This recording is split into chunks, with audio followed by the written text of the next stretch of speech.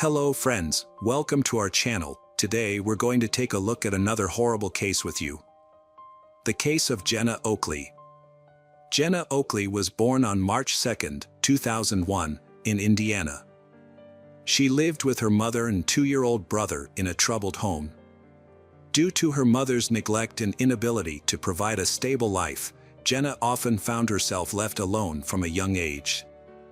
The situation worsened over time, leading to intervention from Child Protective Services in April 2016. As a result, Jenna and her brother were removed from their mother's care and relocated to live with Philip Oakley, their father, and his wife, Rhonda, who was 52 years old at the time. Rhonda welcomed the children into her home and accepted them as her own. Philip later revealed that Rhonda had been eager to be a good mother to her stepchildren from the start. She welcomed them into her home with open arms and worked to create a safe and comfortable environment for them. Jenna was a difficult child to manage. Despite her academic success, which earned her praise from her teachers, she struggled to follow the rules in her new home. Her behavior became an even greater concern when her parents discovered her relationship with a 20-year-old man named Kenneth, whom she had met at the age of 10 while living with her mother in Indiana. Kenneth was a mysterious figure who seemed to be both a supportive influence and a hindrance in Jenna's life. To better understand the events that unfolded, it's essential to delve into Rhonda's story and explore the complexities of her personality, as well as the significant impact she had on Jenna's life. Rhonda Oakley was born on March 5, 1964, in Casey County, Kentucky, to parents Howard Lee Raines and Mabel Walls Raines. She graduated from Casey County High School in 1982 and went on to work for 30 years in a prominent company that specialized in marketing, packaging, and printing services. Rhonda was a kind, loving, and cheerful person who was highly respected by her friends, who admired her warmth and kindness towards others. Rhonda met Philip Oakley on a golf course, and they fell deeply in love. They decided to get married and start a new life together. However, their relationship was not without its challenges. At the time, Rhonda was divorced and had 4 children from her previous marriage. Philip and Rhonda's family were initially against their relationship due to their significant age difference. They asked Philip to end the relationship, which led to frequent arguments within the family. For that reason, Philip believed the relationship of Kenneth and Jenna was unacceptable because Kenneth was 5 years older than his daughter, Jenna. Philip even threatened to involve the police if Kenneth continued to date Jenna. To maintain control of the situation, Philip and Rhonda took measures such as confiscating Jenna's phone and computer and enforcing strict rules. The situation at home became so unbearable for she that she finally confided in her father and stepmother, promising to end her relationship with Kenneth. However, she failed to keep this promise and continued to secretly meet with him. As a result, her relationship with her parents deteriorated, and she began to harbor a deep-seated hatred towards her parents. On September 1, 2016, at around 4 p.m., David, her younger brother, returned home from school and entered the house. As he walked into the kitchen, he was startled by the sound of 3 of their dogs barking frantically in the basement. Curious, David rushed downstairs to investigate and found his mother, Rhonda, lying motionless on the floor. Panicked, David immediately ran outside to seek help and eventually went to a neighbor's house to call the police. When the emergency services arrived, they were unable to revive Rhonda, and she was pronounced dead at the scene. The police found deep cuts on her neck, indicating a brutal attack. Initially, the police suspected a robbery, but upon further investigation, they discovered that nothing in the house had been stolen or disturbed. The investigation into Rhonda's death began, and her family and friends were left wondering who could have committed such a heinous crime. As the investigation progressed, several key pieces of evidence came to light. Rhonda's car was discovered to be missing, and a trash can in the kitchen was found to contain vomit. Furthermore, one of the large meat cleavers from the kitchen was found to be missing, leading investigators to suspect that it may have been the weapon used to attack Rhonda. When Philip returned home, he was questioned by detectives and informed them that his daughter, Jenna, had not attended school that day. In fact, Jenna had been unreachable since the incident, and her teachers had called Philip early in the morning to report her absence. This led the police to believe that Jenna may have been kidnapped by the same individuals who killed Rhonda, and that she may be in danger. During the questioning, detectives asked Philip if he knew of anyone who might have wanted to harm Rhonda or the family. Philip revealed that his daughter's boyfriend, Kenneth, had a troubled relationship with Jenna, and that it had deteriorated significantly. Philip admitted that he had threatened to contact the police if Kenneth did not stop seeing Jenna. Philip suspected that his daughter had been dishonest with him and that she and Kenneth had never intended to break up or follow the rules. It was possible that Kenneth had planned to get rid of the source of his problems and take Jenna with him. After learning this, the police focused their efforts on finding Kenneth. They discovered that on August 31st, the day before the incident, Kenneth had flown from Indiana to Lexington, Kentucky, at 3 a.m. From there, he took a taxi to Oakley's house. Another crucial piece of evidence came from a store manager in Denver, who claimed to have seen Jenna with a young man on September 1st. The manager handed over surveillance footage to the police, which showed Jenna and Kenneth entering the store and then leaving together to get into a car that looked like Rhonda's stolen vehicle. Notably, Jenna appeared calm and normal in the footage, not showing any signs of distress or being coerced. Her behavior led investigators to dismiss the possibility that she was being held against her will and raised suspicions that she might be involved in a crime against her stepmother. A search of Jenna's room later revealed a diary that confirmed these suspicions. The diary exposed a deep-seated hatred that her family seemed to be unaware of. Jenna wrote about her ongoing feelings for Kenneth, with whom she had maintained contact despite promising to stay away. Interspersed with these entries were expressions of resentment towards her family members, which grew increasingly disturbing over time. Jenna wrote in her diary that she intended to kill her father, stepmother, and brother to prevent them from ever separating her from Kenneth again, allowing her to be with him without interference. She outlined a specific plan and timeline to carry out these actions. When her father, Philip, read her words, he was overcome with shock and fainted. He struggled to comprehend that his daughter would not only conceive of such a heinous act, but also possess the determination to make it a reality. Jenna had a plan to kill her family members. First, she intended to kill her father between 4 o'clock and 5 a.m. by luring him to the basement and stabbing him in the neck. Her next target was Rhonda, whom she planned to kill in her bedroom between 6 o'clock and 8 a.m. using the same knife. After that, she planned to kill her brother David in his room. The police discovered Jenna's diary at the start of their investigation, which became the primary evidence against her. Meanwhile, Philip gave the police Kenneth's phone number, allowing them to track and apprehend Kenneth and his girlfriend. On September 4th, 3 days after the crime, investigators located the fugitives in Tucumcari, New Mexico. The police informed local authorities about the case, who quickly located Rhonda's stolen car near a hotel where Kenneth and Jenna were staying. They were arrested and transported separately to a New Mexico detention center, awaiting extradition. However, a search of the car did not yield the weapon used in the attack on Rhonda. Kenneth chose not to face trial. He attempted to take his own life in his cell by hanging himself and wrote a letter. Officers found him and rushed him to the hospital, where he was in critical condition. In his letter, Kenneth claimed responsibility for the crime and stated that he and Jenna acted according to his plan, attempting to take the blame to absolve her. The authorities kept Kenneth's attempt on his own life and his confession from Jenna for a time, deciding it was best she didn't know while being transported to Kentucky. They wanted her to give her own testimony without being influenced by Kenneth's actions. Upon arriving in Kentucky, Jenna also confessed to the crime, providing the police with a detailed account of her actions. According to Jenna, on the day before the crime, Kenneth visited her at her house. They met early in the morning, which is why Jenna didn't attend school that day. They spent the entire day together. Rhonda arrived home around 3 p.m. and encountered Kenneth in the basement.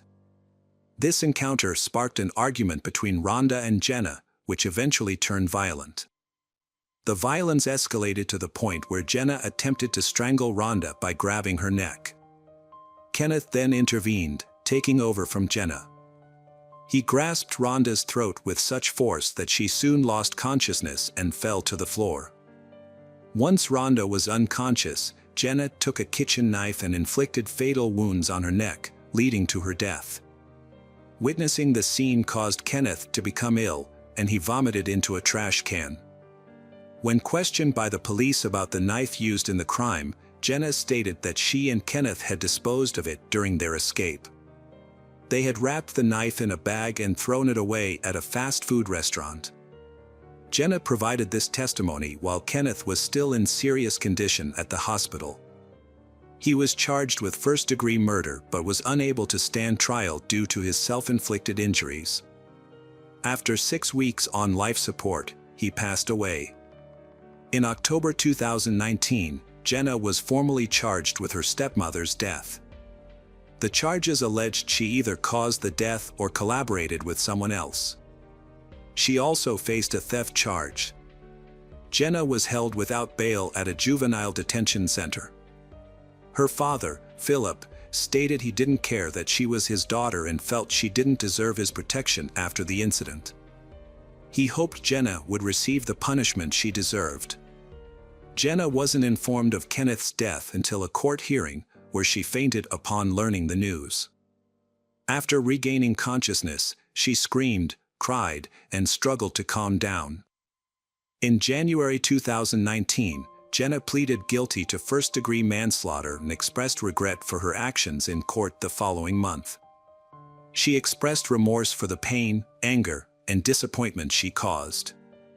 Upon learning of the plea deal, Philip expressed disappointment, stating that the system failed to prevent the crime against his wife. He claimed there were warning signs that Jenna was in trouble, but no one took action. Philip added that people often advise going to the police immediately, which he and his wife did, yet they still found themselves in a terrible situation. At the sentencing hearing in March, Susan Hooper, a mitigation specialist for the defense, explained that the defendant suffered from abuse, violence, neglect, and lack of basic human rights throughout her life. The lawyer questioned what could have driven a 15-year-old with no history of violence to commit such a crime. The lawyer noted that Jenna had no prior record, was respected by teachers and peers, and it was unclear what led her to take such a desperate step. It was also noted that none of Jenna's family attended the hearing. Philip declined to participate, and Jenna's mother never appeared in court to learn her daughter's fate. This was unusual, as parents typically show interest in the case's progress, even in difficult cases where the accused has committed serious crimes. The lawyer, Susan, gathered extensive evidence and records showing that Jenna was abandoned by her mother, Christ, who neglected her well-being. Susan conducted an in-depth examination of Jenna's early life by reviewing child care and medical records in Indiana and Kent. She also interviewed various individuals who knew Jenna, including neighbors, family friends, caregivers, teachers, school counselors, and her older half-sister. The sister's testimony was particularly relevant, as she had lived with Jenna for several years. According to the sister, they never had a stable or safe home environment. After Christ's divorce from Philip, she started working at a local Indiana prison, where she became romantically involved with an inmate. She eventually posted bail for him, and he moved into their home. This marked the beginning of a nightmare for Jenna, who was only 3 years old at the time. The man consistently robbed them and brought other women into the house, all while Jenna and her brother were present. A neighbor contacted Child Services after discovering that Jenna's family home was infested with rats and that the young children were being left alone all day. When a social worker visited the home, she encountered a hostile mother who refused to let her inside. Upon eventually gaining entry, the social worker was met with a horrific scene. The house was filled with rotting food, piles of trash, rat droppings, and human waste. The kitchen was overrun with unwashed dishes, covered in mold and infested with rodents and insects, including a large number of cockroaches and fleas. The children were living in deplorable conditions, with no regard for their safety. They had unrestricted access to medications and other hazardous substances, further endangering their well-being. Despite efforts to improve their situation, relocating Jenna and her younger brother to live with their father in Kentucky did not alleviate their problems. Susan stated that Philip and Rhonda neglected them, forcing Jenna to sleep in an unclean basement. However, the lawyer countered that Jenna had simply moved from one unstable home to another. Prosecutor Richie Borms presented evidence during the hearing, demonstrating that Philip made every effort to provide for the children's needs and create a good home. Despite the defense attorney's claims, Borms argued that if abuse or neglect had occurred, child care services would have been notified by Jenna's neighbors, friends, or teachers. Furthermore, the prosecutor inquired if the defense attorney was aware of Jenna's relationship with Kenneth and the fact that her parents disapproved of they. The defense attorney stated that Kenneth was the only person who genuinely cared for the accused, Jenna. According to the defense, Jenna's past experiences had left her with unmet emotional needs. She was searching for someone to provide her with the love and care she had always lacked, and having lost that person, she was now devastated. Defense attorney Anthony Lee Taylor presented scientific documents to justify Jenna's behavior. The articles explained how the child abuse Jenna suffered at a young age had negatively impacted her psychological development.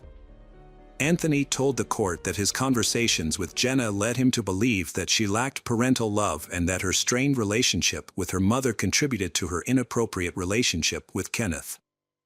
Jenna supported this statement by reading a letter in which she expressed her deep regret and apologized to her family for her actions. She acknowledged the pain she had caused Rhonda's family and friends and claimed that she had since become a completely different person, distinct from the Jenna who committed the crime. When Philip stepped up to the podium, the atmosphere in the hall became tense. He and his daughter were visibly anxious about the impending conversation. Philip approached Jenna, looked her straight in the eye, and asked what had driven her to commit such a serious offense.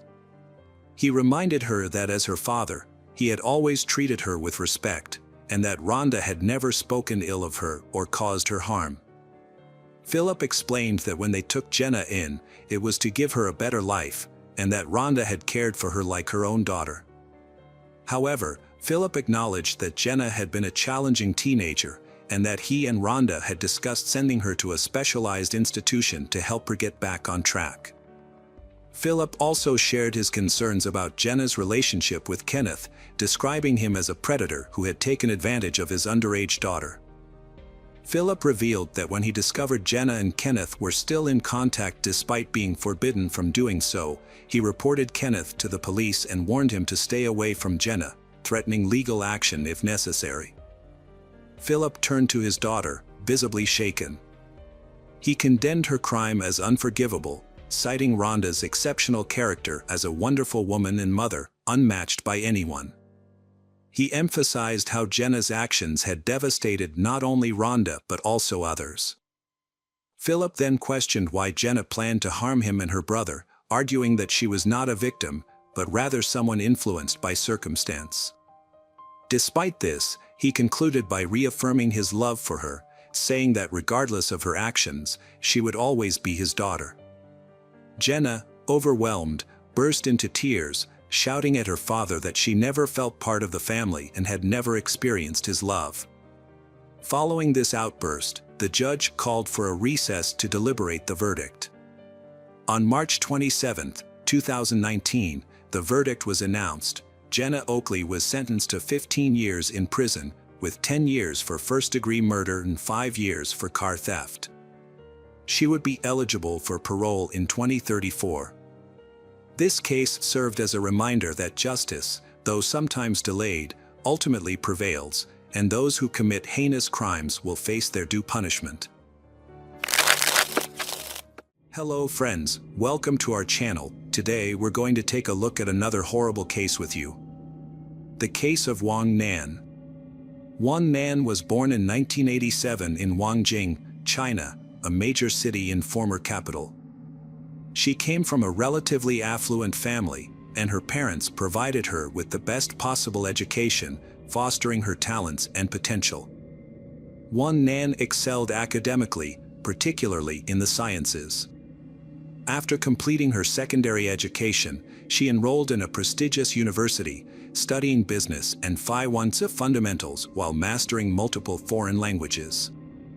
Upon graduation, she landed a job at a large travel agency, where she established herself as a valuable, responsible, and highly motivated employee. Her career progressed rapidly, and she was soon assigned to Thailand to lead and develop a new branch. Wang Nan was a high-achieving manager at a travel agency, but she left to pursue her own business venture. She opened a Chinese restaurant in Bangkok, which quickly grew into a popular chain under her leadership. As a successful entrepreneur, Wang effectively managed and expanded her business. However, her professional success came at the cost of her personal life. Her last romantic relationship was during her university days, and once she started working, she had no time for dating due to her demanding schedule. Wang, nearing her 30th birthday, wasn't worried about her solitary life, consumed by her business. To improve her Thai skills, she enrolled in courses at a training center. There, she met Yu, who caught her attention by staring before approaching her in Thai. They briefly conversed, and Yu asked why she was studying Thai. Wang replied it was essential for her business growth. Yu proposed that they exchange business cards so they could arrange to meet again. As a courtesy, Wang gave him her card, and he gave her his in return. According to his card, Yu was involved in the export-import trade in Bangkok, but this information didn't make a significant impression on Wang, who simply put the card in her purse and forgot about it. In contrast, Yu seemed truly interested and followed up by calling Wang the very next day. However, she was too preoccupied with work at that time and politely turned down his invitation to meet for coffee. A few days later, the situation recurred. Wang declined another date, citing her busy schedule and preparations for a business conference where she aimed to expand her professional network. However, Yu appeared at the event, bearing a lavish bouquet of flowers.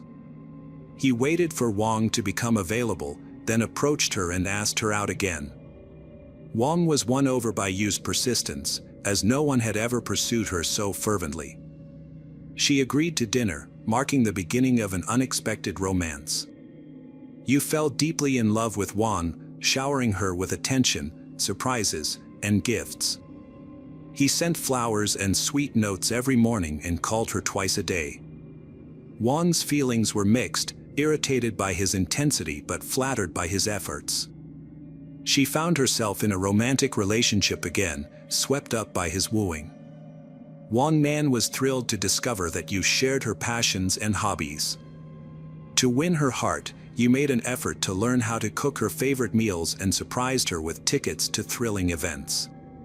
Not only was Yu charming, but he was also very supportive, always willing to lend a hand whenever Wang Nan needed it, whether at work or at home. Wang Nan felt like she was on cloud nine, but one thing bothered her. After just a few months of dating, Yu was already talking about getting married and even suggesting names for their future kids. Wang Nan was taken aback by Yu's eagerness, but he justified it by pointing out that they were both in their 30s and it was time to start a family. Wang Nan was unsure how to respond, feeling uncertain about Yu's suitability as a life partner. After a heart-to-heart conversation, where Wang Nan expressed her doubts, Yu vowed to prove his love. That night, he sent her a heartfelt letter, reaffirming his commitment to being a devoted husband and father. In the morning, Wang found Yu waiting on her doorstep with a bouquet of flowers. He proclaimed his serious intentions and readiness to marry her immediately. One man joked that the courthouse wouldn't be open for another hour and a half. However, you suggested going there right away, and if it was open, they would register their marriage on the spot. Wang agreed, confident that the courthouse would be closed. But to her surprise, they found it open, and the officer was already at his desk, ready to register their marriage registration. It was revealed that you had made prior arrangements, requesting a special exception to formalize their marriage early in the morning. The wedding was unusual, with no guests, rings, wedding dress, or photos. Wang couldn't shake the feeling that it wasn't real, especially since she hadn't introduced you to her mother, with whom she was very close. Before she knew it, she was holding a marriage certificate. Wang and you had a troubled family life. Wang regretted her marriage almost immediately after it was registered. Initially, she had hoped that you would be a good husband and a reliable partner. However, her hopes were soon dashed as you revealed his true nature. He spent most of his time at home playing video games, using his wife's money, and contributing nothing to the household income. When Wang asked him why he didn't work, you claimed that his business was experiencing a seasonal downturn and that he could take a break. However, this downturn had been ongoing for an extended period, prompting Wang to investigate her husband's business. She discovered that his supposed export-import business was merely a facade, existing only on paper and business cards. At that moment, Wang realized the gravity of her mistake in not creating a prenuptial agreement. This meant her husband, you, had the freedom to spend her earnings as he pleased and could claim her property in the event of a divorce. They had a heart-to-heart conversation, during which you broke down in tears, promising to turn his life around and find employment. However, it soon became apparent that he had no intention of looking for a job and was content to rely on his wife's financial support. You, a grown man, regularly behaved immaturely, devoting most of his time to playing computer games. On the rare occasions when he helped with household chores or assisted his wife at their restaurant, he would request money from her for personal expenses. Wang eventually reached her limit and informed you she wouldn't give him any more money until he secured employment. The next day, following this conversation, you vanished, taking their marriage certificate and Wang's identity card with him. It wasn't until the evening, when Wang received a call from her accountant inquiring about a large sum of money transferred from her account, that she realized the item were missing. She was shocked, as she hadn't authorized any transfers, but she immediately suspected you. The transferred amount exceeded $500,000, which you had moved into his personal account by providing the bank with their marriage certificate, Wang's documents, and a claim that the money was jointly managed. Wang immediately reported the theft to the police, and her husband, you, was tracked down a few hours later when he tried to withdraw some of the stolen funds. You broke down in tears and begged for his wife's forgiveness, revealing that he had accumulated a large debt due to his gambling addiction and was being threatened. It was also revealed that you had a previous run-in with the law, having served an 8-year prison sentence for robbery in China. Wang was both shocked and ashamed, realizing she was not as familiar with her husband as she had thought. Despite this, she viewed gambling as an illness and felt driven to support her husband in overcoming his addiction and resuming a normal life. Wang not only agreed to pay off half of Yu's debt but also offered him a job as a manager at one of her restaurants. Initially, Yu seemed grateful and took his new role seriously, even devising a successful strategy for the restaurant's development. However, his enthusiasm was short-lived, and he soon began spending more time playing computer games and engaging in other leisure activities. During that time, Wang found out she was pregnant and told her husband, Yu. However, he reacted strangely and aggressively, saying he wasn't ready for a child and wanted her to have an abortion. Wang refused, and Yu threatened to divorce her and divide their property through the court. He didn't speak to her for several days but then apologized and changed his behavior. You explained that he had said hurtful things in the heat of the moment but was actually happy about the pregnancy. He started showing care and helping out around the house again. 2 months later, Wang was happy because her marriage had improved, and Yu was being attentive and responsible. He was preparing their home for the arrival of the baby and doing his job as a manager. One day, Yu suggested getting life and health insurance for Wang because of her pregnancy, to protect her and the baby in case of unexpected events. Wang agreed and wondered why she hadn't thought of it earlier. They got the insurance the next day, and a couple of weeks later, Yu suggested taking a vacation to relax and unwind. Wang was initially hesitant about taking a trip, but her husband persuaded her by pointing out that they had never had a honeymoon and would soon be too busy with their baby to travel. He also emphasized that they needed a break to clear their minds after a tough period. Eventually, Wang agreed to the trip. Her husband took charge of planning the trip, choosing the destination, booking the hotel, and organizing activities to ensure a balance of excitement, education, and relaxation, given Wang's pregnancy. Wang was happy to let him handle everything and was pleased to see how enthusiastic he was about their vacation. On June 7th, they arrived at the park and spent the day exploring, taking in the beautiful views and sights. As it was a summer Friday evening, the park was crowded with visitors. As the evening wore on, Wang noticed that her husband was becoming increasingly agitated and nervous. When she asked if everything was okay, he replied that the large crowds of tourists were ruining their chances of a peaceful and private sunset viewing. Wang Nan eventually agreed that it would be romantic to watch the sunset, as the park would become less crowded as the sun dipped below the horizon. Yu climbed over the fence of the observation deck and called out to his wife, telling her about the breathtaking view. However, Wang refused to join him, citing the darkness and potential danger. Yu became angry but returned to her after a few minutes. He suggested that they should come back to the park to watch the sunrise instead. Since they returned to their hotel well past midnight, they decided to sleep in on Saturday and head back to the reserve early on Sunday morning. On Sunday, June 9th, a couple, Yu and Wang, visited the national park to watch the sunrise. They woke up at 3 a.m. and arrived at the park while it was still dark, finding the area mostly deserted. From an observation deck, they admired the dawn. Afterwards, Yu went down to a cliff and encouraged Wang to join him to see the rock paintings. Wang was hesitant, but Yu assured her it was safe and promised to help her down and then climb back up. She trusted him and cautiously approached the cliff. The view was breathtaking. Yu hugged Wang and asked if she had any regrets in life. She replied confidently that she didn't. Yu then ran his hand through her hair, kissed her cheek, and leaned in to whisper, "Die."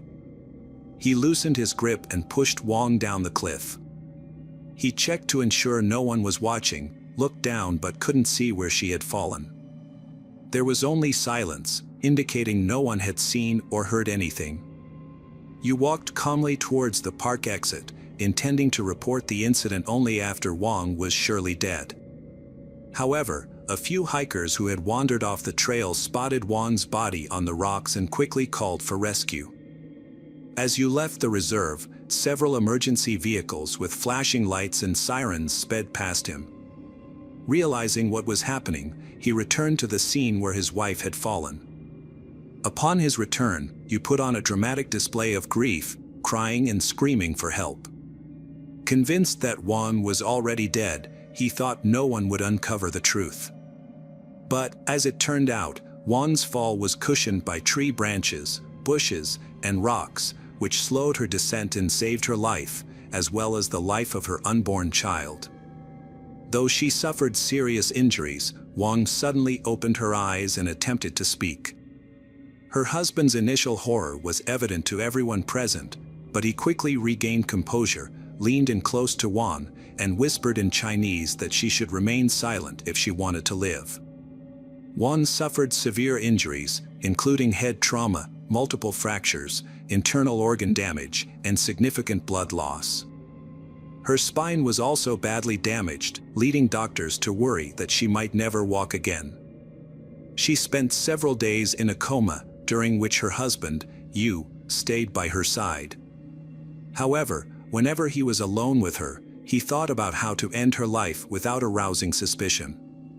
When Wang regained consciousness, Yu was extremely nervous, fearing she would reveal the truth to the police. He refused to leave her alone, even for a moment. Whenever he had the opportunity, he threatened her, claiming he had nothing to lose. Initially, Wang corroborated Yu's account, attributing her fall to dizziness. However, when Yu briefly left her side, Wang asked a nurse to call the police and prevent Yu from re-entering the room.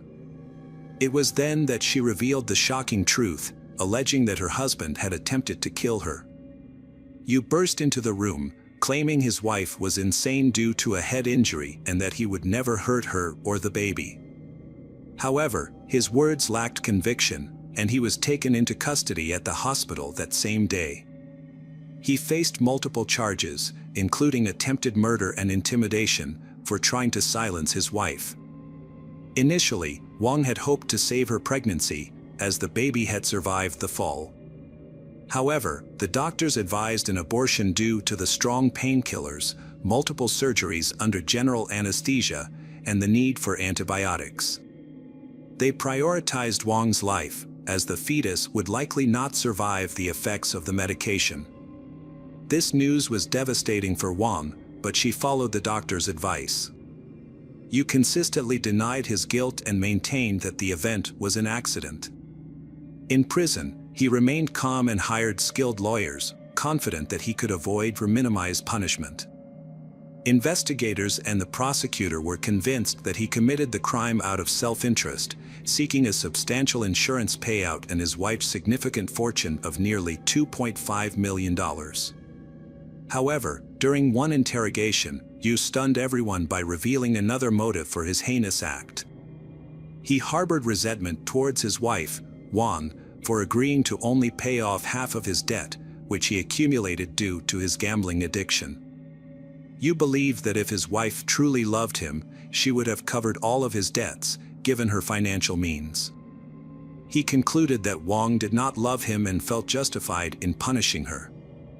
In March 2021, Yu was convicted and received a life sentence. However, Song and his lawyers submitted multiple appeals. 6 months later, the Thai court reduced the sentence to 33 years in prison, showing unusual leniency. Wang and her loved ones were shocked, arguing that such a light sentence would set a bad precedent and potentially encourage others to commit similar horrific crimes. In Yu's case, his relatives claimed that he was a wealthy businessman and that Wang married him for selfish reasons. However, this claim cannot be proven as Yu has nothing but huge debts. As for Wang, despite the doctor's predictions, she was able to recover after undergoing a series of complicated surgeries and a long rehabilitation process. She learned to walk again and spent most of her earnings on her recovery. In 2023, Wang returned to work and was able to revive her once successful business.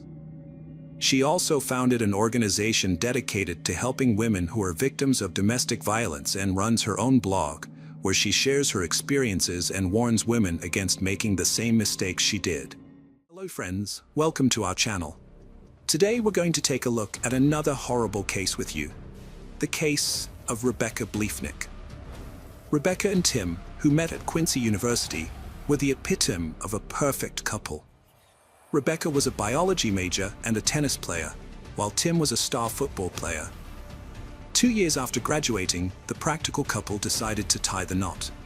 Instead of splurging on an engagement ring and a lavish honeymoon, they chose to save their money. Although Rebecca had a genuine interest in medicine and had dreamed of becoming a doctor, she decided to pursue motherhood instead. Her dream came true when she and Tim had 3 sons. Tim was known for his charisma and ability to entertain. In 2008, he auditioned for American Gladiators, making it to the final round. Years later, in 2019, he received an invitation from the producers of Family Feud to participate in the show with his family. Rebecca's nursing school commitments prevented her from joining Tim on the TV show Family Feud. Undeterred, Tim assembled a team of family members, including his parents and brothers. The show's format features two teams competing to guess the most popular responses to survey questions from 100 people. Despite being unprepared, Tim's team performed well, earning points and ranking second on the scoreboard. They went on to participate in 3 episodes, winning a total of $20,000, which was divided equally among the family members. However, Tim did not share any of the winnings with his wife Rebecca. This decision highlights the strain on Tim and Rebecca's marriage, which began when Rebecca pursued a nursing career against Tim's wishes. Tim had expressed concerns about Rebecca's well-being and ability to manage stress, but Rebecca's friends believed Tim was opposed to her independence and autonomy. Rebecca's friends noticed that she was becoming increasingly unhappy in her marriage over time. At first, her marriage to Tim was relatively happy for about 5 years, but then Tim started to become more controlling and manipulative. Despite Rebecca's hard work in her nursing studies and job, Tim didn't pull his weight at home, leaving Rebecca to handle most of the responsibilities. Rebecca realized that their marriage was struggling and wanted to fix it, so she suggested that they go to marriage counseling together. She believed that counseling could help them find solutions and improve their relationship. However, Tim refused to go, despite Rebecca's efforts to save their marriage. In January 2021, after 11 years of marriage, Tim suddenly filed for divorce, which caught Rebecca off guard. She had been committed to working through their issues, but Tim had already made up his mind. He moved out of their family home and into a new house across town, leaving Rebecca to pick up the pieces. Tim and Rebecca's divorce was extremely contentious. They were unable to agree on anything, and their communication broke down completely. The couple disputed several issues, including who would get custody of the children, how they would divide their property, and how much alimony one would pay the other. Things escalated to the point where Tim felt threatened and applied for a court order to protect himself from Rebecca, alleging that she was stalking and harassing him. Rebecca had a different view of the situation, accusing Tim of harassment. She shared her concerns with friends through text messages, describing incidents where Tim yelled at her, pushed her in front of their sons, and threw things. Rebecca feared Tim might do something drastic to take her children away, which alarmed her sister, who knew Rebecca's fears were valid and that she needed help to protect herself. Rebecca then filed for an order of protection against Tim, claiming he entered her home without permission and lied about their interactions. However, the judge denied both Rebecca and Tim's requests, instead ordering them to stay away from each other's homes, except during child custody exchanges. In February 2023, Tim told the police he wouldn't return a gun, calling Rebecca a derogatory name. At the time, Rebecca and Tim's 3 sons, aged 12, 10, and 5, were staying with Tim at his home, just a mile from Rebecca's residence. Their divorce was set to be finalized in just 1 week. Tim contacted Rebecca's father the next day, worried because he couldn't reach Rebecca, and she had failed to pick up the boys from school as planned. Given Rebecca's dedication as a mother, her father suspected something was seriously wrong. Concerned for Rebecca's safety, her father rushed to her house. When he arrived, he entered the house, calling out to Rebecca, but received no response. He went upstairs to her bedroom, where he found a disturbing scene. Rebecca lay on her back, covered in blood and gunshot wounds. After Rebecca's father discovered her body in the bathroom, detectives and forensic experts arrived at the house. They began by carefully examining the outside of the property, searching for clues. Their investigation revealed that the suspect had probably entered the house by forcing open an upstairs window in one of the children's bedrooms. The discovery led investigators to believe that the suspect used a patio chair to gain access to the house and climb up to the roof. By retracing the suspect's likely path, they went to Rebecca's bedroom, where they found the door had been violently kicked in or broken. The state of the door suggested to investigators that the suspect had forcibly entered the room, probably in search of Rebecca. Evidence indicated that Rebecca had tried to barricade herself in the bathroom, but the suspect had pursued her and caught up. Ultimately, the suspect shot Rebecca inside the bathroom. During their search of the bathroom where Rebecca's body was found, investigators stumbled upon her cell phone. Upon examining Rebecca's phone, investigators found a 911 call dialed at 1:11 a.m. This led them to form a theory about the events of that night. They believed that as the suspect chased Rebecca through the house, she tried to call for help, but accidentally dialed a wrong number before she could try calling 911 again. The misdialed call at 1:11 a.m. suggested to investigators that the suspect had knocked the phone out of Rebecca's hand. They believed Rebecca was likely killed around this time. However, when police questioned Rebecca's neighbors, none of them remembered hearing any noise around 1:11 a.m., which raised suspicions among the investigators. A thorough search of Rebecca's house revealed that her murder was not a botched burglary, as nothing was stolen. Despite this, the perpetrator left behind significant evidence. One notable discovery was a partial shoe print found near the point where the suspect entered the house. The shoe print discovered at the crime scene could be crucial in identifying the type of shoe worn by the suspect, including its make and model, as well as providing details about the size and shape of their feet. The presence of 8 9mm shell casings and small pieces of shredded plastic near Rebecca's body also provide significant leads for the investigators. Despite collecting these key pieces of evidence, the investigators were unsure how to interpret their findings. To gain more insight, they decided to send the evidence to forensic laboratories for further analysis.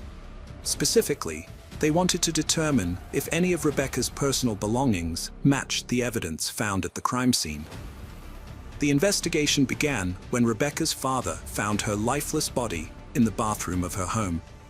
Upon arriving at the scene, investigators carefully examined the exterior of the house, leading them to identify how the perpetrator gained entry by prying open an upstairs window in one of the children's bedrooms. Here's what likely happened.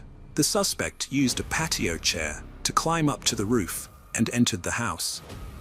The investigators retraced the suspect's steps and found that the bedroom door had been violently kicked in or broken, suggesting the suspect had forced their way in, probably looking for Rebecca.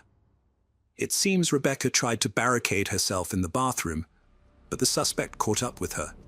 Unfortunately, the suspect shot and killed Rebecca in the bathroom. The investigators found Rebecca's phone near her body and examined it. They discovered that she had dialed 911, but mistakenly entered an extra digit, 91126, at 1:11 a.m. This discovery helped the investigators piece together the events.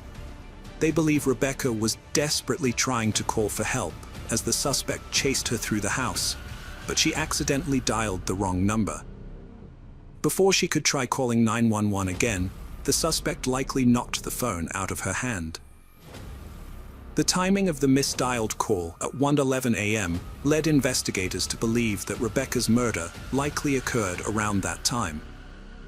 However, when they questioned Rebecca's neighbors, none of them reported hearing any suspicious noises, which was surprising given the fact that she had suffered multiple gunshot wounds.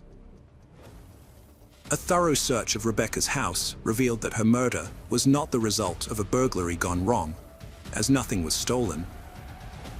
Despite this, the perpetrator left behind a significant amount of evidence.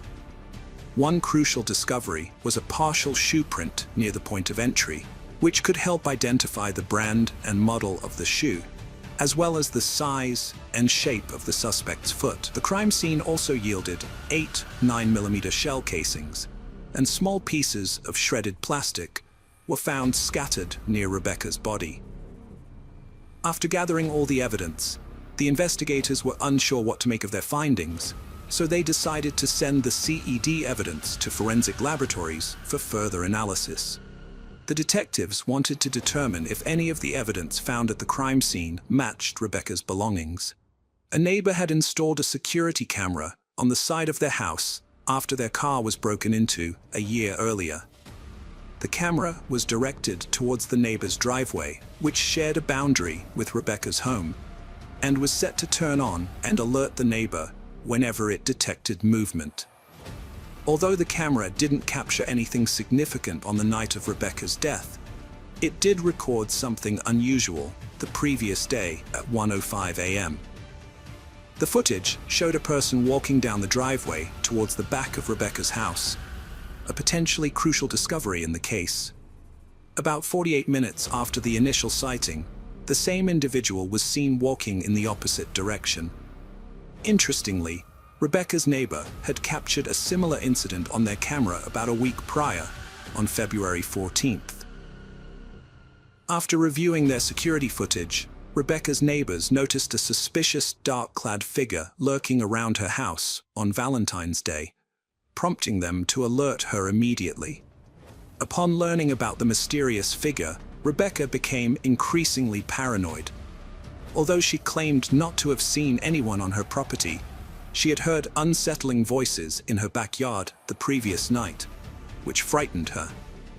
Based on the security camera footage, the police expanded their search to neighboring houses to gather more evidence of the dark-clad individual.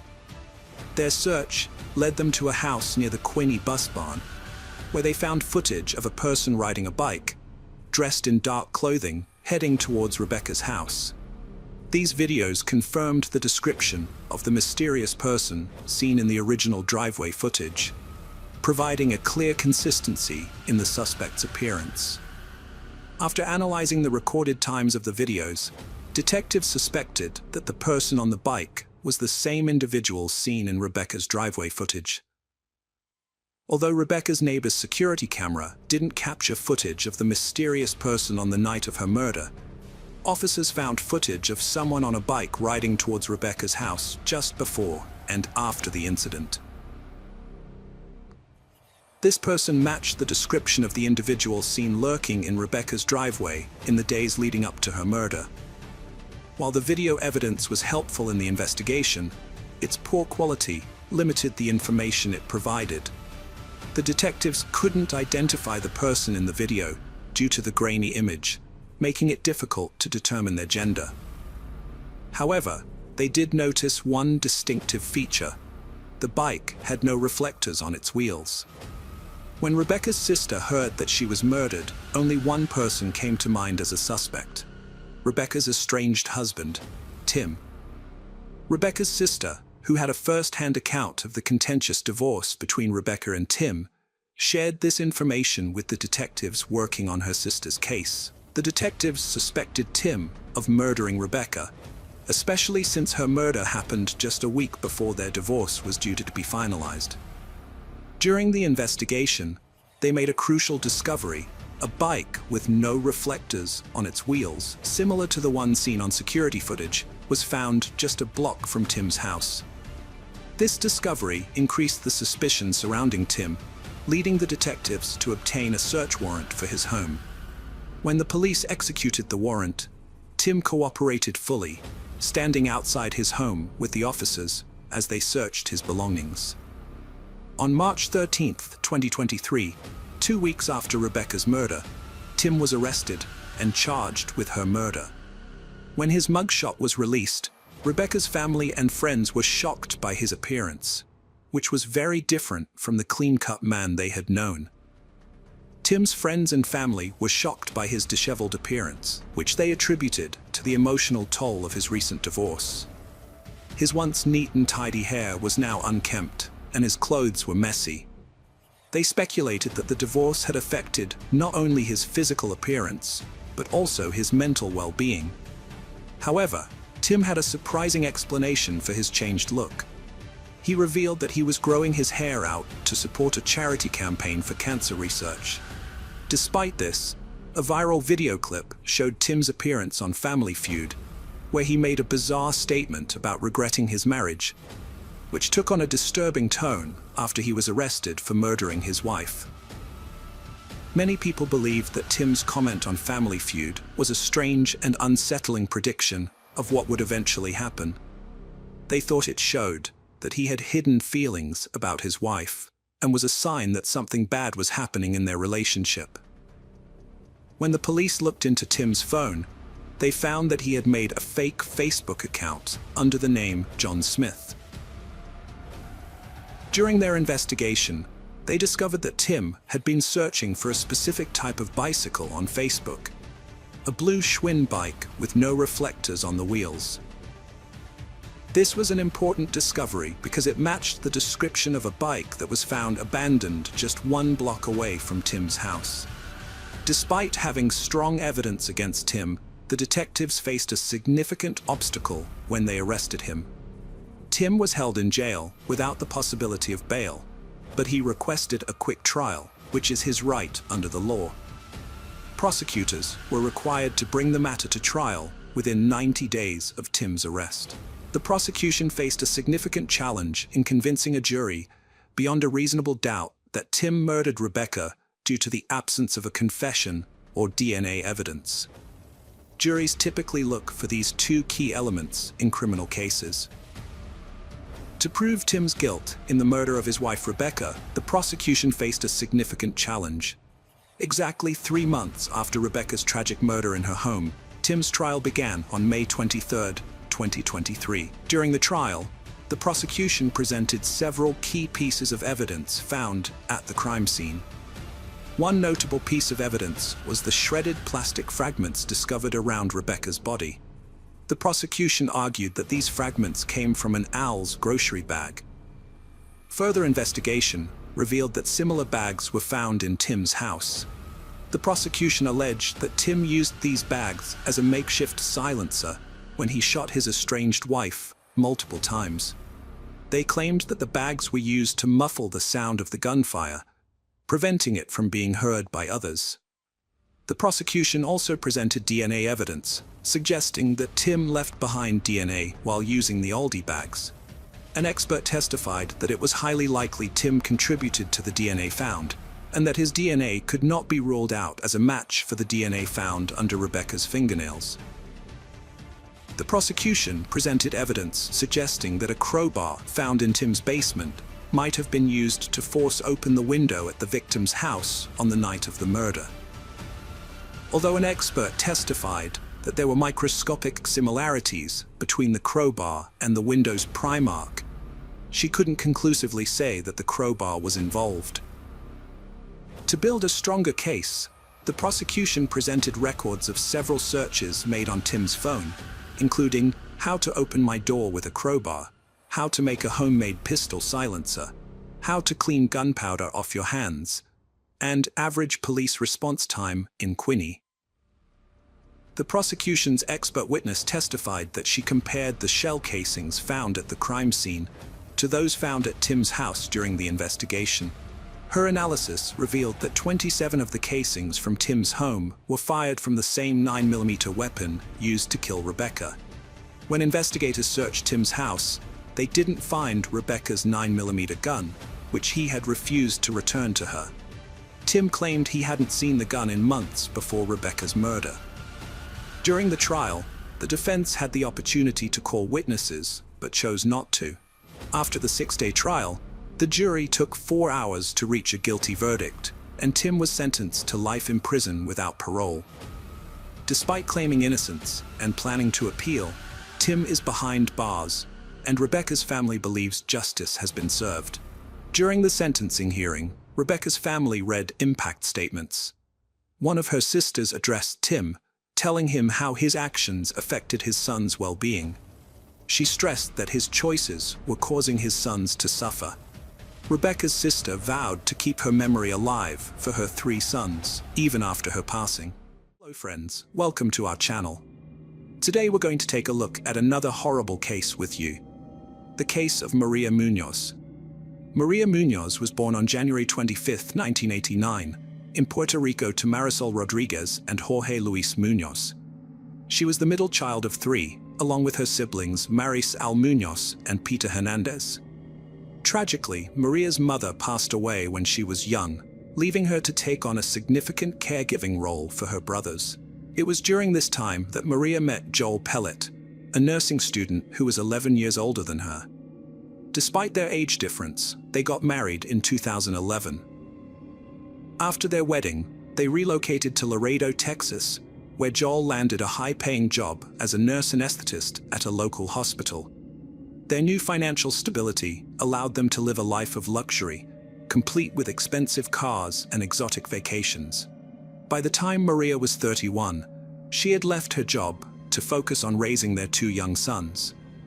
As a devoted stay-at-home mom, Maria cherished every moment with her children and supported her husband Joel, who was 40 at the time. Maria was a devoted mother who spent quality time with her children, taking them to the park and reading to them before bed. She also made time for her own interests, like playing the piano. Despite her happiness at home, she harbored a long-held dream of returning to school and becoming a nurse again. From the outside, it seemed like Maria and her husband Pellet had a perfect relationship. He would frequently share photos of his family with friends and colleagues, boasting about how wonderful they were. However, beneath the surface, things started to take a turn in 2018, after Maria gave birth to their second son. Those close to Pellet began to notice a change in his behavior. Pellet underwent a physical transformation, losing weight and gaining muscle. He also became more outgoing and flirtatious with other women, behavior that didn't align with what was expected of a married man. On social media, he started removing photos of his wife and children, replacing them with pictures of himself alone. This new online persona made it seem like he was single and carefree, without the responsibilities of a husband and father. In 2020, Maria's life was turned upside down when she discovered her husband, Pellet, was having an affair with a surgical nurse named Janet Arando. Despite her suspicions, finding airline tickets he had purchased for a trip to Europe with his mistress was the final confirmation of his infidelity. Maria was consumed by heartbreak, depression, and a deep sense of betrayal. She felt lost and alone, struggling to come to terms with the fact that her 10-year marriage was built on lies. To cope with her emotional turmoil, Maria began seeing a therapist who prescribed medication to support her mental health. As Maria grappled with her emotions, she found solace in writing journals, using them as an outlet to process her thoughts and feelings. However, the situation continued to deteriorate, and on September 19, 2020, Maria confronted her husband's infidelity head-on by visiting Janet's house, where she found Pellet's car parked in the driveway. Maria confronted Pellet at his house, forcing him to choose between her and Janet. He chose Janet, and during the ensuing argument, Janet called the police. However, Maria and Pellet had left by the time the police arrived. The police then called Maria while she was driving with Pellet, and they could hear him yelling at her in the background. When they got home, Pellet's anger escalated, and he punched a hole in Maria's car windshield, displaying a concerning level of force and anger. The next morning, Maria sent Pellet a text message stating her intention to hire a lawyer to help resolve their situation. Pellet replied, suggesting they handle things without lawyers, as he believed it would be too expensive. However, just a few hours later, Pellet appeared to have a change of heart. He sent Maria an emotional email expressing his deep sadness and inner turmoil. He requested a sincere and calm conversation with Maria, free from arguments. Maria agreed to meet with him, and they scheduled a meeting for 5 p.m. the following night. Before meeting her friend Yasmin Martinez, Maria was extremely anxious and messaged her about their plans. Unfortunately, the encounter ended in a terrifying way. On September 22, 2020, Maria's husband, Pellet, frantically called 911, saying his wife might have taken some prescription pills and was not breathing. Officer crews arrived at their house around 1:40 a.m., with his body cam recording the scene. Pellet was found performing CPR on Maria at the top of the stairs near their bedroom, still wearing his green hospital scrubs. Their two sons were sleeping nearby. When paramedics arrived, They took over CPR efforts while first responders worked to save Maria's life. An officer asked Pellet about the pills Maria had supposedly taken. He quickly retrieved a bottle from the nearby bathroom medicine cabinet and handed it to the officers. The bottle was later found to contain a prescription for clonazepam, a medication used to treat acute anxiety, panic attacks, and epilepsy. Benzodiazepines, like Kazam, calm the nervous system to produce a relaxing effect. However, when an officer examined the pill bottle, he discovered that it was prescribed to Pellet, not Maria. What caught his attention was that the bottle had been returned to the medicine cabinet, which is unusual in overdose cases, where the bottle is typically found near the person. The officer's body camera footage showed Pellet picking up the pill container from the floor and putting it in his pocket. This raised suspicions, as it seemed like Pellet might be hiding something. Another suspicious finding was a needle catheter on the stairs, which was unusual given the presence of 2 young children in the home. The investigators found even more disturbing evidence: syringes and IV equipment neatly packed in a medical bag. While Pellet's profession as an anesthesia nurse might explain the possession of these tools, their presence outside a clinical setting sparked important questions for the investigators. Pellet told the officers that Maria had been struggling with severe depression and her mental health had been declining. He said she had taken pills to cope with her emotions, but unfortunately, despite the responders' best efforts, she couldn't be revived and was pronounced dead at 3:58 a.m. After Maria's death, the officers questioned Pellet further in the kitchen. He stated that he and Maria had a conversation earlier that day, became intimate, and then he took a shower. When he came out, he found Maria asleep. Pellet went downstairs for an unspecified reason, and when he returned, he found Maria unresponsive and not breathing. The officers observed Pellet's strange behavior, including excessive sweating and his inability to answer simple questions about the incident. The officer noticed that Pellet was sweating excessively, more so than anyone else, including the first responder who had been trying to revive Maria for 2 hours. This heightened suspicion and led to him being taken to the police station for further questioning by Sergeant Liz Mata. At the station, Pellet was left alone in an interrogation room, which was being recorded by video cameras. When officers reviewed the footage, they were astonished to see Pellet's sudden outburst. He began screaming, crying, hitting the walls, and throwing furniture around the room. The commotion was so intense that people in the nearby hallways and rooms were frightened by the loud noises coming from the room.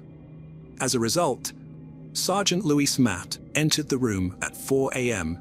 to speak with Pellet.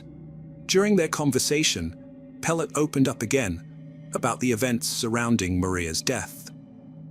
In a shocking revelation, Pellet also confessed to having an affair with a woman named Janet. He revealed that he had left the family home 5 months prior and was living with Janet at the time of Maria's death. He shared that he had been involved with Janet for 2 years, and Maria had been aware of the affair beforehand. On the night Maria died, her husband visited their family home to talk to her about their marriage. After their conversation, they were intimate. He thought she had fallen asleep in her room, but when he checked on her 10 minutes later, he found her unresponsive. The husband confessed to the officer that he had given Maria clonazepam, a medication prescribed to him to help with her anxiety and depression. However, he couldn't provide details about how many pills she had taken or how many were left in the bottle. Despite being questioned, the husband was unable to provide any additional information to help clarify what had happened. He was released, and an autopsy was performed on Maria just 8 hours after her death. The timing of the autopsy meant that any cause of death should still be detectable in her stomach contents. However, the autopsy results revealed a surprise. No traces of pills were found in Maria's stomach. Instead, the medical examiner discovered a small red pinprick mark on the inside of her elbow, which suggested that she may have been injected with something.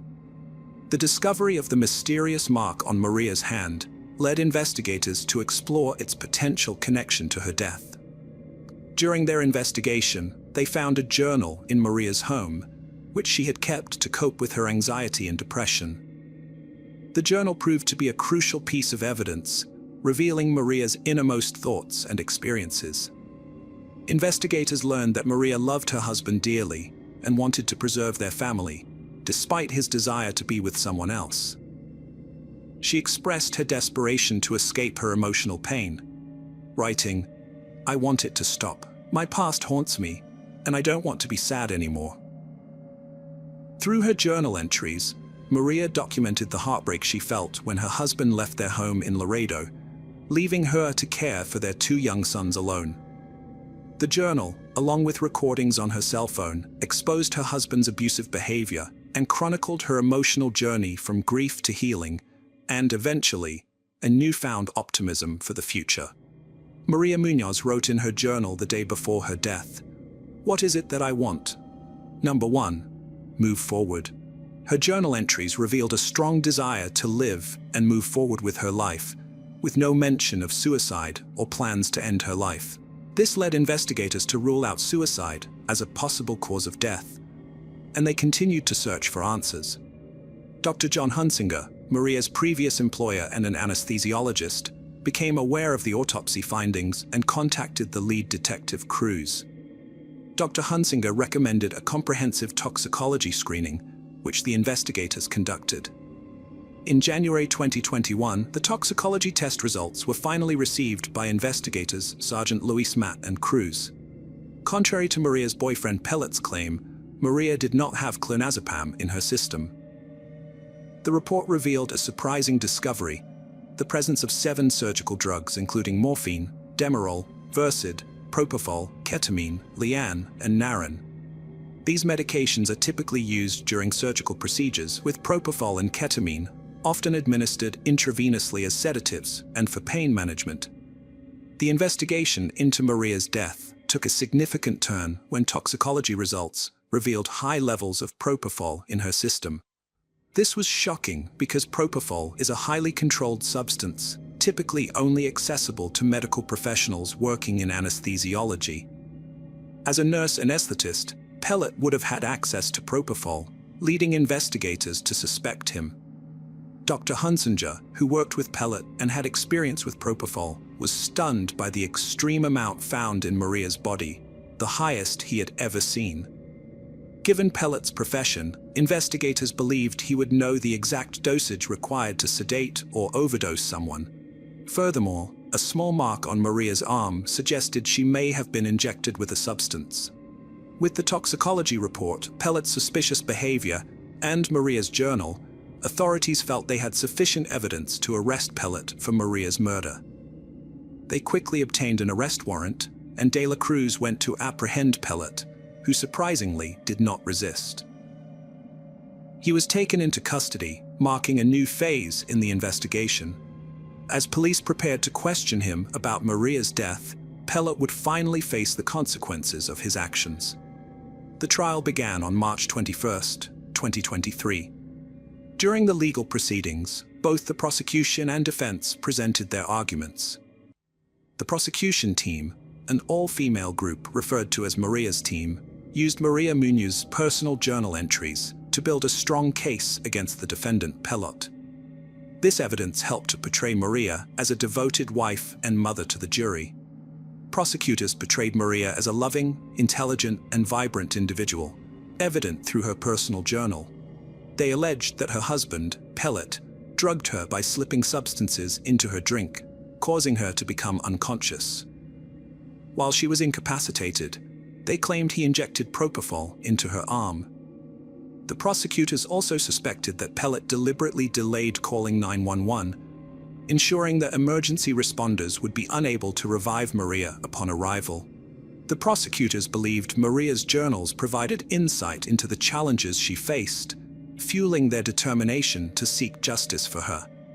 During the final arguments, Pellet's lawyer, Roberto Bali, claimed his client wanted to reconcile with Maria before her death.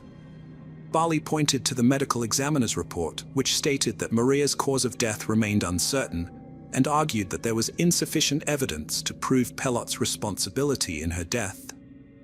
Bali highlighted a crucial detail. Pelot had given Maria a drug called Narun, commonly used to reverse overdoses, on the night she died. Bali also revealed that both Pelot and Munoz struggled with drug addiction. Furthermore, he argued that Maria had willingly taken the drugs without being forced, as there were no signs of force on her body. However, an investigation into Maria's social circles, friends, and family revealed that she was not a drug addict. In fact, Pelot was the only person who could have supplied her with the large amount of propofol found in her system. The authorities managed to convince Pelot's girlfriend, surgical nurse Janet Arredondo, to testify against him. She disclosed that Pelot had admitted to giving Maria something to calm her down and confirmed that he had brought drugs, including propofol, home from work. The jury delivered a verdict in under an hour, finding Pelot guilty of murdering his wife, Maria, after a 9-day trial on March 30th, 2023. On April 27th, 2023, Pelot received a life sentence for the murder conviction, plus an additional 10 years and a $10,000 fine for tampering with evidence. As of now, Joel Pelot is serving his life sentence at a Texas Department of Criminal Justice, facing the consequences of his heinous actions. His imprisonment serves as a testament to accountability and a tribute to Maria's life, ensuring that her memory is honored through the pursuit of truth and justice. The reason behind Joel Pelot's brutal act of killing his wife, Maria Munoz, is not entirely clear. However, according to the prosecution, it is believed that he was driven by a desire to end his marriage and start a new life with his girlfriend, Janet Arredondo. Regardless of the motive, Pelot's actions were inexcusable and justice had to be served. The jury's verdict has brought a sense of closure to this tragic case, confirming that heinous crimes like this will not be tolerated. The conviction serves as a powerful reminder that those who commit such atrocities will face the full weight of the law. Hello friends, welcome to our channel.